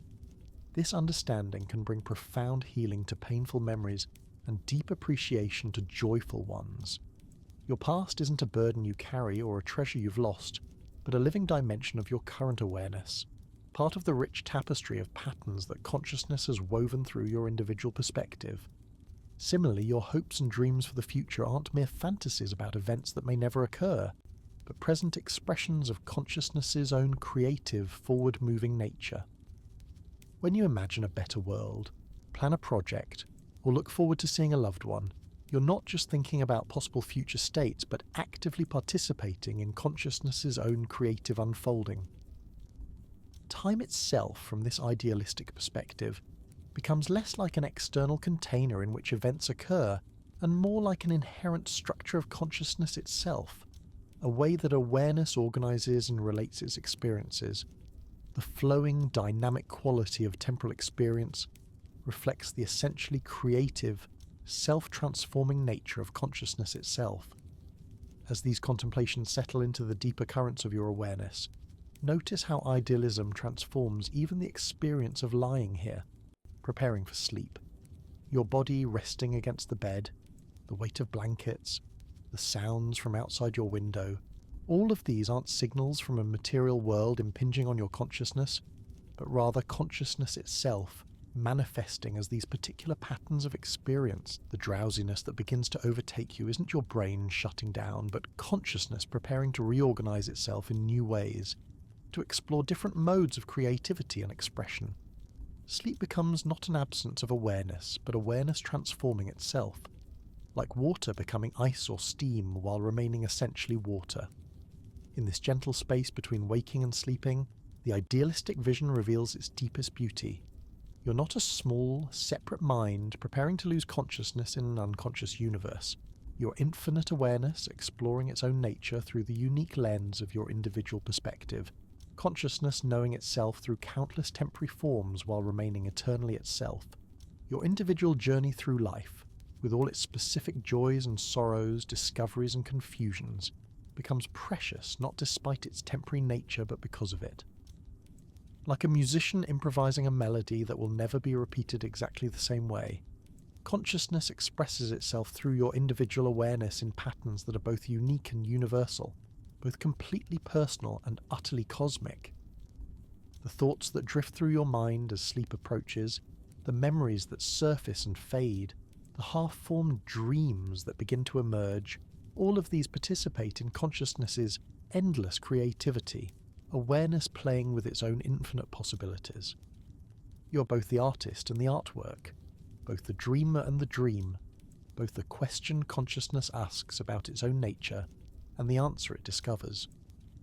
Rest now in this beautiful recognition, letting the idealistic vision settle into your awareness like moonlight on still water. Whether consciousness is literally the fundamental nature of reality, or simply one profound way of understanding our existence, the idealistic perspective offers something precious, an invitation to experience yourself and your world as expressions of something deeper, more mysterious, and more intimately connected than ordinary thinking usually allows. Tonight, as awareness prepares to transform itself into the flowing consciousness of dreams, carry with you the gentle certainty that you have never been separate from the mystery you inhabit. You are consciousness celebrating its own existence, awareness exploring its own infinite depths, reality coming to know and love itself through the irreplaceable gift of your unique individual perspective. The philosophy of idealism whispers that every moment of awareness is sacred, every experience meaningful, every perspective a treasure in consciousness's infinite exploration of its own nature. As you drift towards sleep's embrace, rest in the recognition that you're not just in reality, but reality is expressing itself as you, through you, in the eternal dance of consciousness knowing itself through countless eyes, countless hearts, countless moments of wonder and understanding. Sweet dreams, fellow traveller in consciousness. May your rest be deep, and your dreams reveal new dimensions of the infinite creativity that you both express and embody. The endless mystery of awareness, aware of itself in a universe that may be nothing other than consciousness, exploring its own beautiful, boundless nature. In the gentle twilight between philosophical understanding and peaceful rest, we find ourselves drawn to one of idealism's most intimate revelations, the recognition that perception itself might be far more creative and participatory than we ever imagined. As your eyelids grow heavier and consciousness prepares for its nightly metamorphosis, let's explore how the simple act of seeing, hearing, touching, and feeling becomes, in the idealist vision, a collaborative dance between awareness and reality. Consider the last time you watched clouds drifting across the sky. In our ordinary understanding, light reflects off water droplets, enters your eyes, triggers neural responses, and creates the experience of seeing clouds. But the idealist whispers something more mysterious. What if the clouds don't exist independently of your perceiving them? What if the very act of observation is consciousness manifesting as both the seer and the seen, both the awareness that observes and the cloudscape that appears? This isn't to suggest that clouds vanish when you look away, but rather that the relationship between perceiver and perceived is far more intimate than our everyday thinking allows. The boundaries we draw between inner experience and outer world, between subjective perception and objective reality, these might be useful fictions rather than fundamental truths.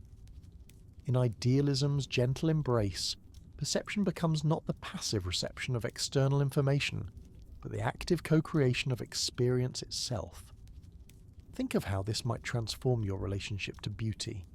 When you witness a sunset painting the sky in shades of gold and crimson, when you hear a melody that seems to capture something ineffable about human longing, when you feel moved by the elegant curve of a flower's petal, you're not simply detecting aesthetic properties that exist independently.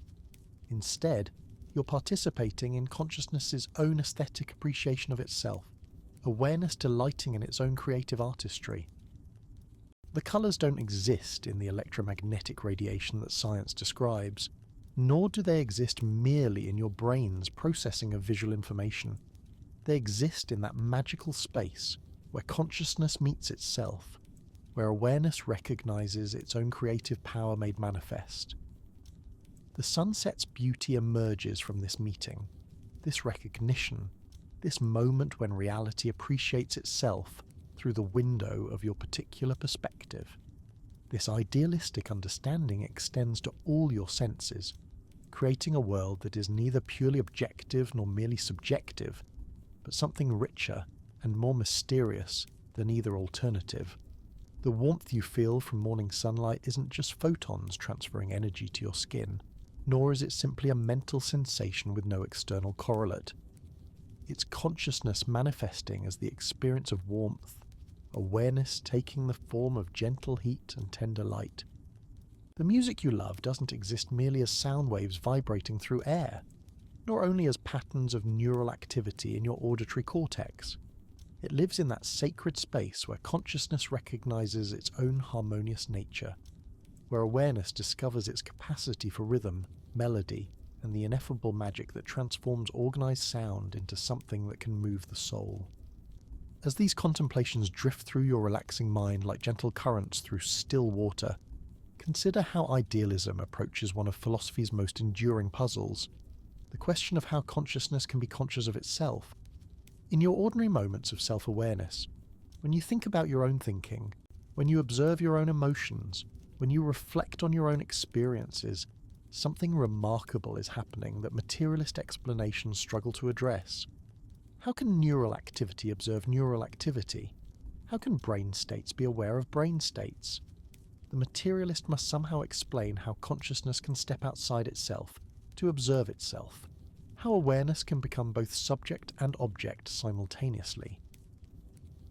But idealism suggests a more elegant possibility, that consciousness doesn't need to step outside itself because it was never contained within anything to begin with. In the idealist vision, self-awareness becomes consciousness's natural state rather than its puzzling achievement. Awareness doesn't need to learn how to be conscious of itself, because self-consciousness is its fundamental nature. When you reflect on your own thoughts, when you observe your own emotions, when you wonder about the nature of your own awareness, you're not performing a mysterious trick, but simply being what consciousness essentially is, awareness aware of itself. This self-reflective quality of consciousness extends beyond individual self-awareness to encompass the possibility that reality as a whole might be fundamentally self-knowing. If consciousness is the basic nature of existence, then the universe's apparent capacity to understand itself through scientific investigation, to appreciate itself through artistic creation, to reflect on itself through philosophical inquiry, these become expressions of reality's own self-reflective nature. When you gaze up at the stars and feel a sense of wonder at the vastness of the cosmos, you're not just a small biological organism accidentally developing appreciation for astronomical phenomena. You're the universe becoming aware of its own magnificent scope, consciousness marveling at its own infinite creativity. The sense of awe you feel isn't separate from what you're contemplating, but part of it, reality recognizing and celebrating its own mysterious depths. This perspective transforms even your most mundane daily experiences into occasions of cosmic significance. When you savor the taste of your morning coffee, consciousness is exploring its capacity for appreciation and pleasure. When you feel the satisfaction of completing a task, awareness is discovering its own sense of accomplishment and purpose. When you experience the comfort of a warm embrace, reality is celebrating its own capacity for love and connection.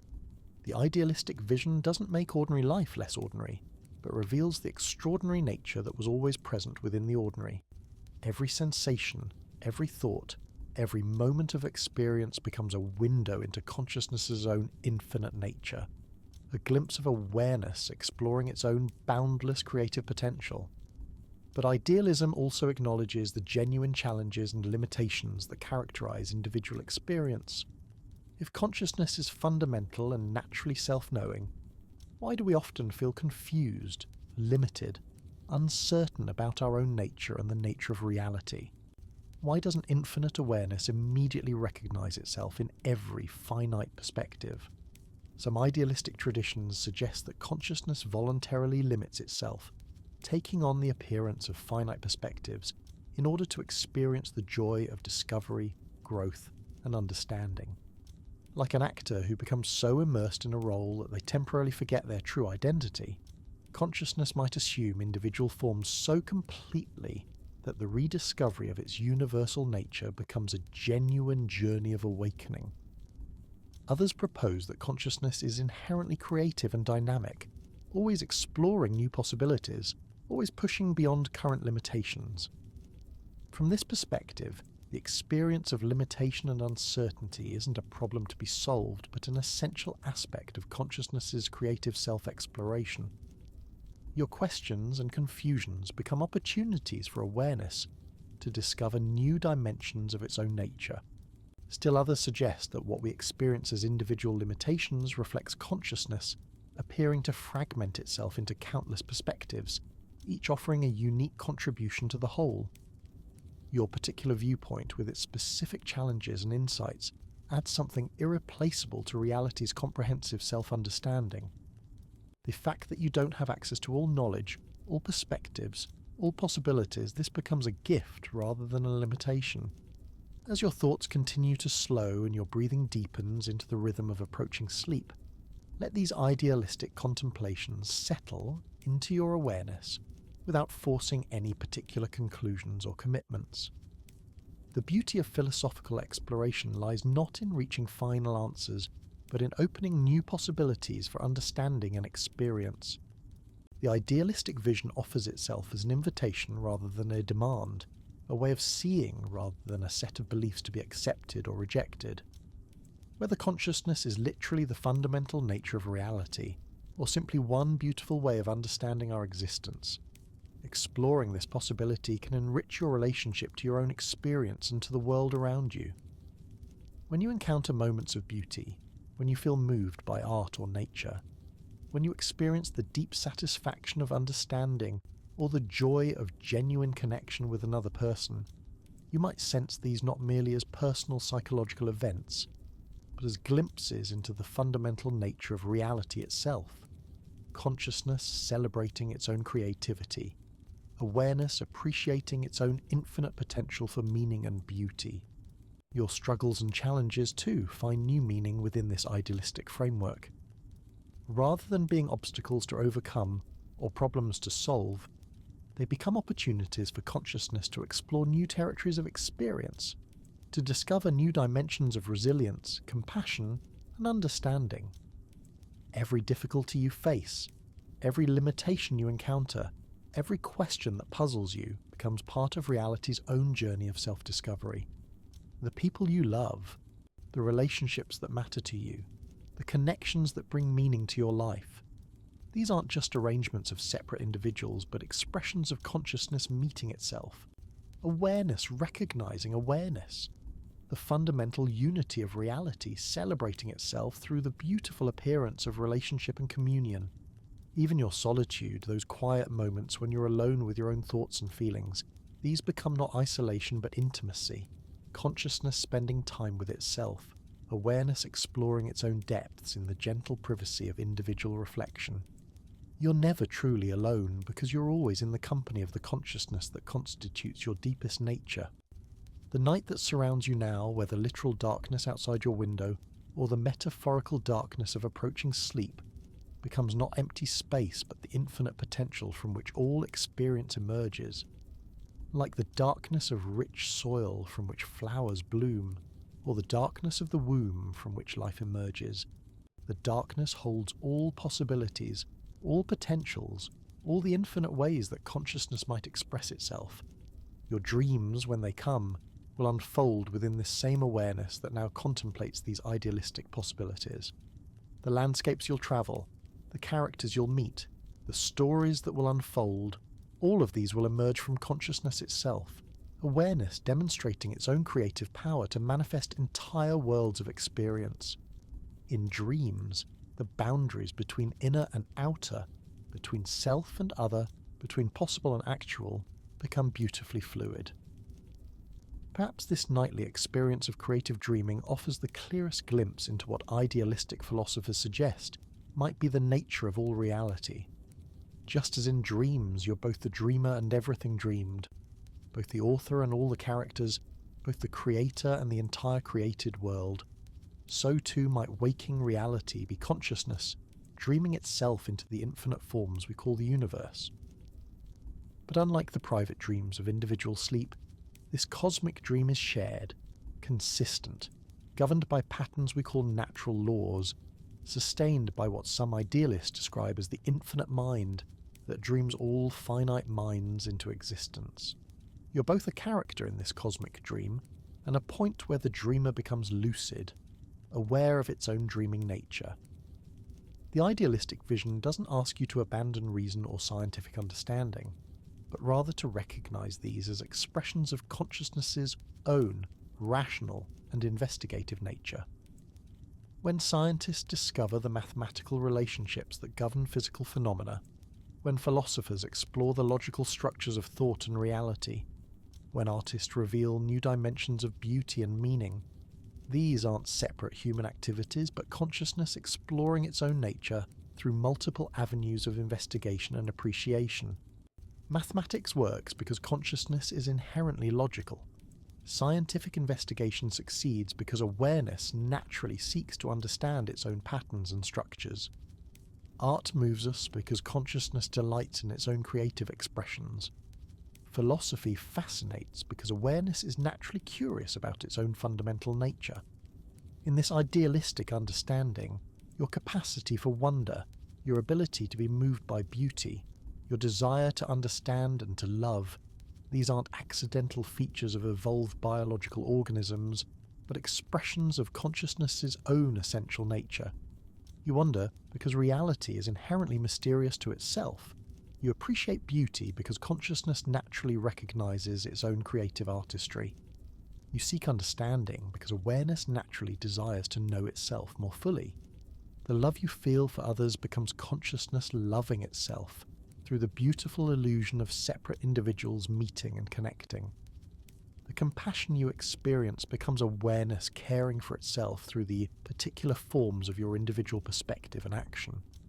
The wisdom you gain becomes reality understanding itself more deeply through the unique lens of your personal journey.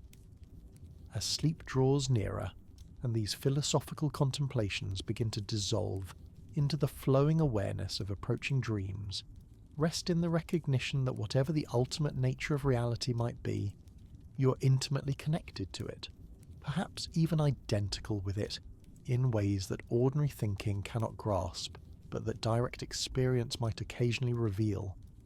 The mystery of consciousness, the puzzle of existence, the wonder of being aware in what appears to be an infinite universe, these aren't problems to be solved, but depths to be explored, gifts to be appreciated, dimensions of reality to be celebrated rather than explained away. You're both the question that consciousness asks about its own nature, and the answer it discovers through countless individual perspectives. Tonight, as awareness prepares to transform itself into the different kind of consciousness we call dreaming, carry with you the idealistic possibility that the boundary between mind and reality, between self and world, between individual consciousness and universal being, is far more permeable and beautiful than ordinary thinking suggests. You are consciousness knowing itself, awareness exploring its own infinite nature, reality coming to understand and appreciate its own mysterious being through the irreplaceable gift of your unique individual perspective. In the gentle embrace of idealistic philosophy, you discover that you have never been separate from the mystery you contemplate, never merely an observer of a reality that exists independently of your being. Rest now in this beautiful recognition, letting it settle into your awareness like starlight reflected on calm water. Whether idealism captures the literal truth about reality, or offers simply one profound way of understanding existence, it provides something precious, a vision of yourself and your world as expressions of something deeper, more creative, and more intimately connected than conventional thinking usually allows. The philosophy of idealism whispers that consciousness is not an accident in an unconscious universe, but the very fabric from which all experience is woven. As you drift towards sleep's transformative embrace, know that you rest within the infinite awareness that some say underlies all existence, the eternal consciousness that expresses itself through countless temporary forms while remaining forever itself. Sweet dreams, fellow explorer of consciousness. May your rest reveal new dimensions of the mystery you both embody and contemplate. The endless wonder of awareness aware of itself in a reality that may be nothing other than consciousness celebrating its own boundless, beautiful, and eternally creative nature. As consciousness settles deeper into the gentle currents of approaching sleep, we arrive at perhaps idealism's most tender insight, the recognition that loneliness itself might be consciousness, experiencing the beautiful ache of apparent separation from itself. In those quiet moments when you feel most alone in the world, when the weight of individual existence seems almost too much to bear, the idealist whispers that this very loneliness reveals something profound about the nature of reality. If consciousness is fundamental, if awareness is the basic fabric of existence, then your sense of isolation becomes consciousness temporarily forgetting its own unity, like an actor so immersed in their role that they genuinely believe themselves to be the character they're playing. The longing you feel for connection, for understanding, for a sense of belonging in the world, this becomes consciousness yearning to recognize itself, awareness seeking to remember its own essential nature. But this forgetting isn't accidental or tragic. It's consciousness creating the conditions for genuine reunion, for the joy of rediscovery, for the profound satisfaction that comes when awareness recognizes itself reflected in what it had mistaken for something other. Every moment of genuine connection with another person becomes consciousness celebrating its own unity, awareness delighting in the recognition that it was never truly separate to begin with. Consider how this transforms your understanding of empathy and compassion. When you feel moved by another person's suffering, when their joy brings you happiness, when you find yourself caring deeply for someone else's well-being, these aren't simply evolutionary mechanisms for social cooperation. They become consciousness recognizing itself, awareness naturally caring for its own expressions, reality tending to itself through the particular channel of your individual perspective. The tears you shed for others become consciousness weeping for itself. The laughter you share becomes awareness celebrating its own joy. The love you offer becomes reality expressing its own infinite capacity for care and connection. Every act of kindness, every gesture of understanding, every moment of genuine presence with another person becomes consciousness, healing the apparent wounds of separation it has created within itself. This idealistic vision extends to your relationship with the natural world as well. When you feel peace walking in a forest, when you're moved by the sight of mountains stretching toward the horizon, when you experience that sense of coming home that sometimes arises in wild places, these aren't just aesthetic preferences or biological responses to environments that supported human survival. They become consciousness, recognizing itself in its countless natural expressions. Awareness appreciating its own creative artistry made manifest as earth and sky, as flowing water and growing things. The wind that touches your face becomes consciousness caressing itself. The songs of birds become awareness celebrating its own musical nature. The cycles of seasons become consciousness exploring its own capacity for change, renewal, and transformation. Every moment of wonder in nature becomes reality marveling at its own infinite creativity, the universe appreciating itself through the window of your individual perception. But idealism doesn't shy away from the darker aspects of existence, the experiences of pain, conflict, and apparent meaninglessness that seem to challenge any vision of reality as fundamentally benevolent consciousness. Instead, it offers a perspective that honors the full reality of suffering while placing it within a larger context of ultimate healing and understanding. When you encounter cruelty, injustice, or senseless tragedy, the idealist doesn't dismiss these as illusions or suggest they're somehow not real. Instead, they might be understood as consciousness, encountering aspects of its own nature that it hasn't yet learned to integrate harmoniously.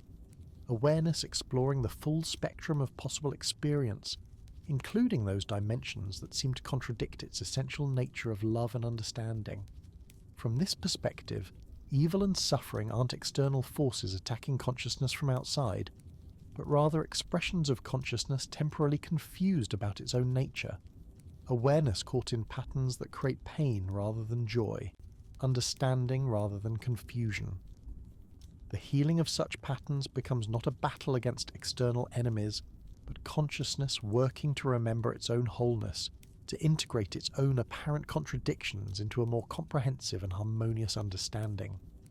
Your own capacity to be hurt by others, to feel outraged by injustice, to be moved to action by the suffering you witness, these become expressions of consciousness's natural tendency toward healing and wholeness. The anger you feel at cruelty becomes awareness protecting itself. The sadness you experience in the face of tragedy becomes consciousness grieving for its own apparent wounds. The hope you maintain despite evidence of darkness becomes reality affirming its own fundamental nature of light and love. This doesn't make working for justice or alleviating suffering less important. If anything, it makes such work more sacred, revealing it as consciousness healing itself, awareness working to remember its own true nature, reality actively participating in its own restoration to wholeness. Every act of compassion, every effort toward justice, every gesture of healing becomes consciousness, tending to itself through countless individual hands and hearts. As these contemplations drift through your settling mind like autumn leaves floating on a quiet stream, consider how idealism approaches one of existence's most persistent mysteries, the question of free will and moral responsibility. In a universe where everything might be expressions of a single universal consciousness, what does it mean to make choices, to be responsible for your actions, to exercise genuine agency in shaping your life and world? The idealistic answer is both surprising and liberating. If consciousness is fundamental, if awareness is the basic reality, then your capacity for choice becomes an expression of consciousness's own creative freedom, not despite your connection to universal being, but because of it. You don't lose individual agency by being part of a larger consciousness, you gain it, participating in reality's own creative self-determination.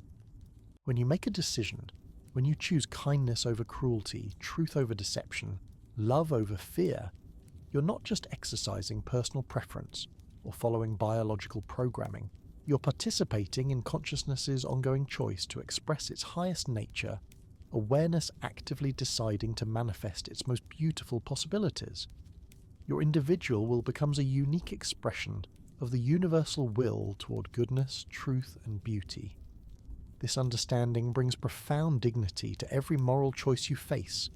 Your decisions matter not just for their practical consequences, but because they represent consciousness, exploring its own ethical nature, reality actively choosing what it will become. Every moment of moral courage, every act of integrity, every choice to do what is right despite difficulty or cost, becomes consciousness, affirming its own highest values, awareness expressing its deepest commitment to love and truth. But this also means that your mistakes, your failures, your moments of moral confusion or weakness, these too have significance within consciousness's journey toward fuller self-understanding. They become opportunities for awareness to learn about its own shadows, to discover the obstacles that prevent its full expression, to develop greater compassion for the challenges of existing as apparently separate individuals in a complex and often difficult world. The idealistic perspective doesn't eliminate personal responsibility, but rather deepens it by revealing that your choices ripple through the very fabric of consciousness itself. When you act with kindness, you strengthen reality's expression of love. When you seek truth, you participate in consciousness's ongoing journey toward fuller self-understanding. When you create beauty, you contribute to awareness's endless artistic self-exploration. This brings us to idealism's unique approach to the question of meaning and purpose in existence. In materialist philosophies, purpose often feels imposed from outside, whether by evolutionary processes, social conventions, or religious commandments. But idealism suggests that purpose emerges from within consciousness itself, not as external obligation, but as natural expression of awareness's own creative nature. Your deepest sense of purpose, those moments when you feel most aligned with what seems most meaningful in life, these become consciousness recognizing its own direction, awareness discovering what it most wants to express and explore. The work that fulfills you becomes reality, exploring its own creative potential through your particular talents and perspective. The relationships that matter most become consciousness, celebrating its own capacity for love and connection. You care. The cause is about become awareness working toward its own fuller expression in the world. And this doesn't mean that purpose is simply whatever you happen to want or prefer. Instead, it suggests that your deepest longings, your most authentic aspirations, your sense of what would be most meaningful and fulfilling, these emerge from consciousness's own nature rather than being imposed upon it from outside. When you feel called to create something beautiful, to help others heal, to seek truth, to work for justice, you're responding to promptings that arise from the very heart of reality itself. This search for meaning becomes not a desperate attempt to find purpose in an inherently meaningless universe, but consciousness exploring its own infinite potential for significance and value. Every moment of genuine fulfillment, every experience of deep satisfaction with work well done, every sense of being exactly where you belong and doing exactly what matters most, becomes awareness recognizing itself, reality celebrating its own capacity for purpose and meaning. As sleep draws closer and your thoughts begin to merge with the flowing streams of approaching dreams, let yourself rest in this idealistic vision of existence as consciousness exploring its own infinite nature through countless individual perspectives. Whether you accept idealism as literal truth or appreciate it as beautiful metaphor, it offers something precious, a way of understanding yourself and your world that places meaning, purpose, and connection at the very heart of reality. The questions that keep you wondering late at night, the longings that seem too deep for words, the sense of mystery that surrounds your own existence, these become not problems to be solved, but invitations to participate more fully in consciousness's own endless journey of self-discovery. You are both the question awareness asks about its own nature, and the answer it discovers through the unique lens of your individual experience. Your dreams tonight will unfold within the same consciousness that contemplates these philosophical mysteries, the same awareness that idealists suggest underlies all of reality. In sleep, the boundaries between inner and outer, between self and world, between individual consciousness and universal being, become beautifully permeable, offering glimpses of the fluid, creative, endlessly mysterious nature of consciousness itself. The gentle philosophy of idealism reminds us that we are never separate from the reality we inhabit, never merely observers of a world that exists independently of our being. We are consciousness knowing itself, awareness exploring its own depths, reality coming to understand and love itself through the irreplaceable gift of countless unique individual perspectives. Rest now in this beautiful possibility, letting it settle into your awareness like moonlight on still water. As consciousness prepares to transform itself into the flowing creativity of dreams, carry with you the recognition that every moment of existence, every experience of beauty or challenge, every thought and feeling and sensation participates in the infinite mystery of awareness, aware of itself in a universe that may be nothing other than consciousness celebrating its own boundless, eternal and endlessly creative nature. Sweet dreams, fellow traveller in the vast ocean of consciousness.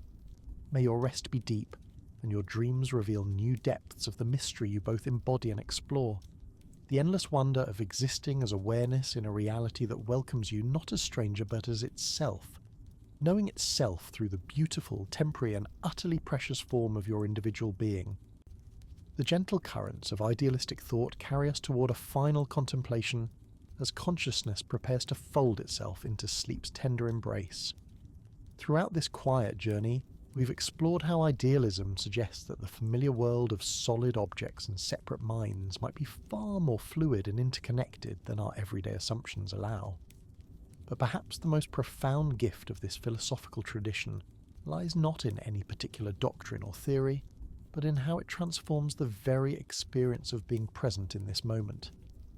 Consider the simple fact that you're here now, aware of these words as they flow through your consciousness like a gentle stream.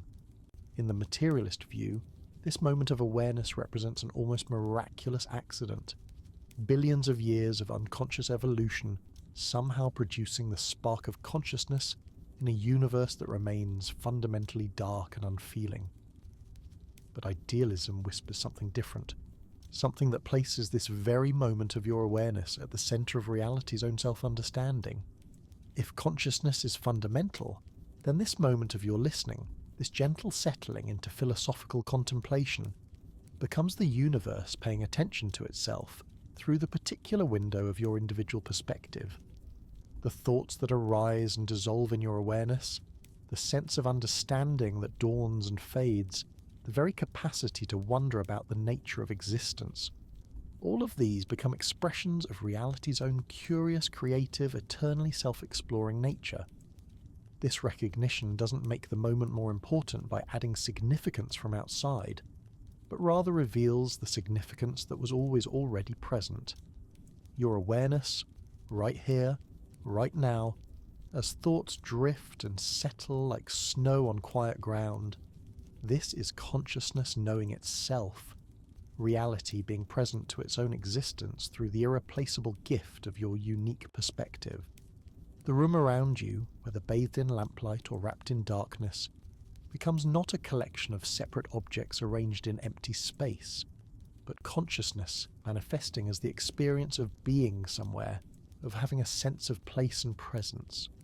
The walls that seem to contain you become awareness taking the form of boundaries, not to limit, but to create the intimate space within which rest and reflection can unfold.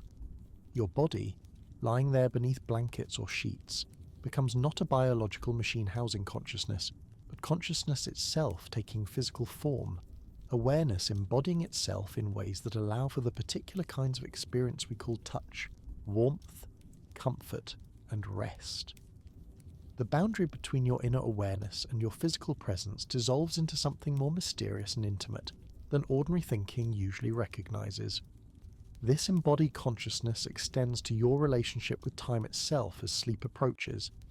The drowsiness that begins to overtake you isn't your brain shutting down, but consciousness preparing to reorganize itself, to explore different modes of creativity and expression. The transition from waking to sleeping becomes not a loss of awareness, but awareness transforming itself, like water taking different forms while remaining essentially water.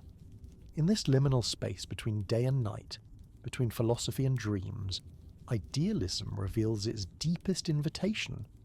You're not a temporary accident in an unconscious universe, struggling to find meaning and connection in an alien cosmos. You are consciousness itself, temporarily forgetting its infinite nature in order to experience the joy of rediscovery, the wonder of exploration, the profound satisfaction that comes when awareness recognizes itself reflected in what it had mistaken for something other.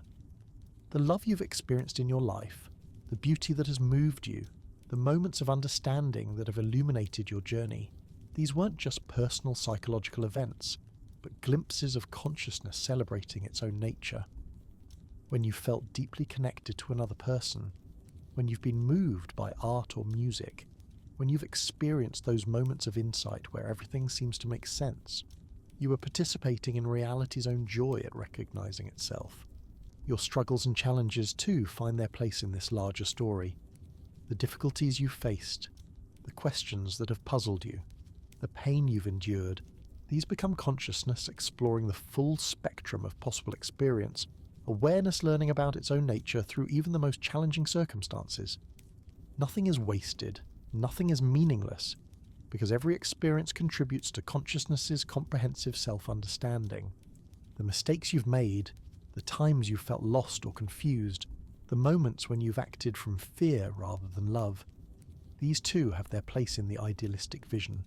They become opportunities for consciousness to learn about forgiveness, compassion, and the patient work of healing. Your capacity to grow, to learn from error, to become wiser and more loving through experience, this reveals consciousness's own nature as eternally creative, always capable of transformation and renewal. And so, dear friend, as consciousness prepares to fold itself into the gentle mystery of sleep, we reach the end of our quiet journey through idealism's beautiful possibility. Tonight, We've wandered together through landscapes of thought where mind and world dance as one, where consciousness reveals itself as both the dreamer and the dream, where your very awareness becomes a precious note in reality's infinite symphony of self-discovery. As your thoughts dissolve into the flowing currents of approaching dreams, carry with you this tender recognition that you are never separate from the mystery you inhabit. Whether consciousness truly underlies all existence or idealism simply offers one luminous way of understanding our being here. You rest tonight within something far more intimate and creative than ordinary thinking usually allows. Sleep well, fellow traveller in awareness. May your dreams unfold as consciousness celebrating its own boundless nature, and may you wake tomorrow with eyes perhaps a little more wonder-filled, seeing the world not as stranger but as home, reality knowing itself through the beautiful, temporary, eternally precious gift of you.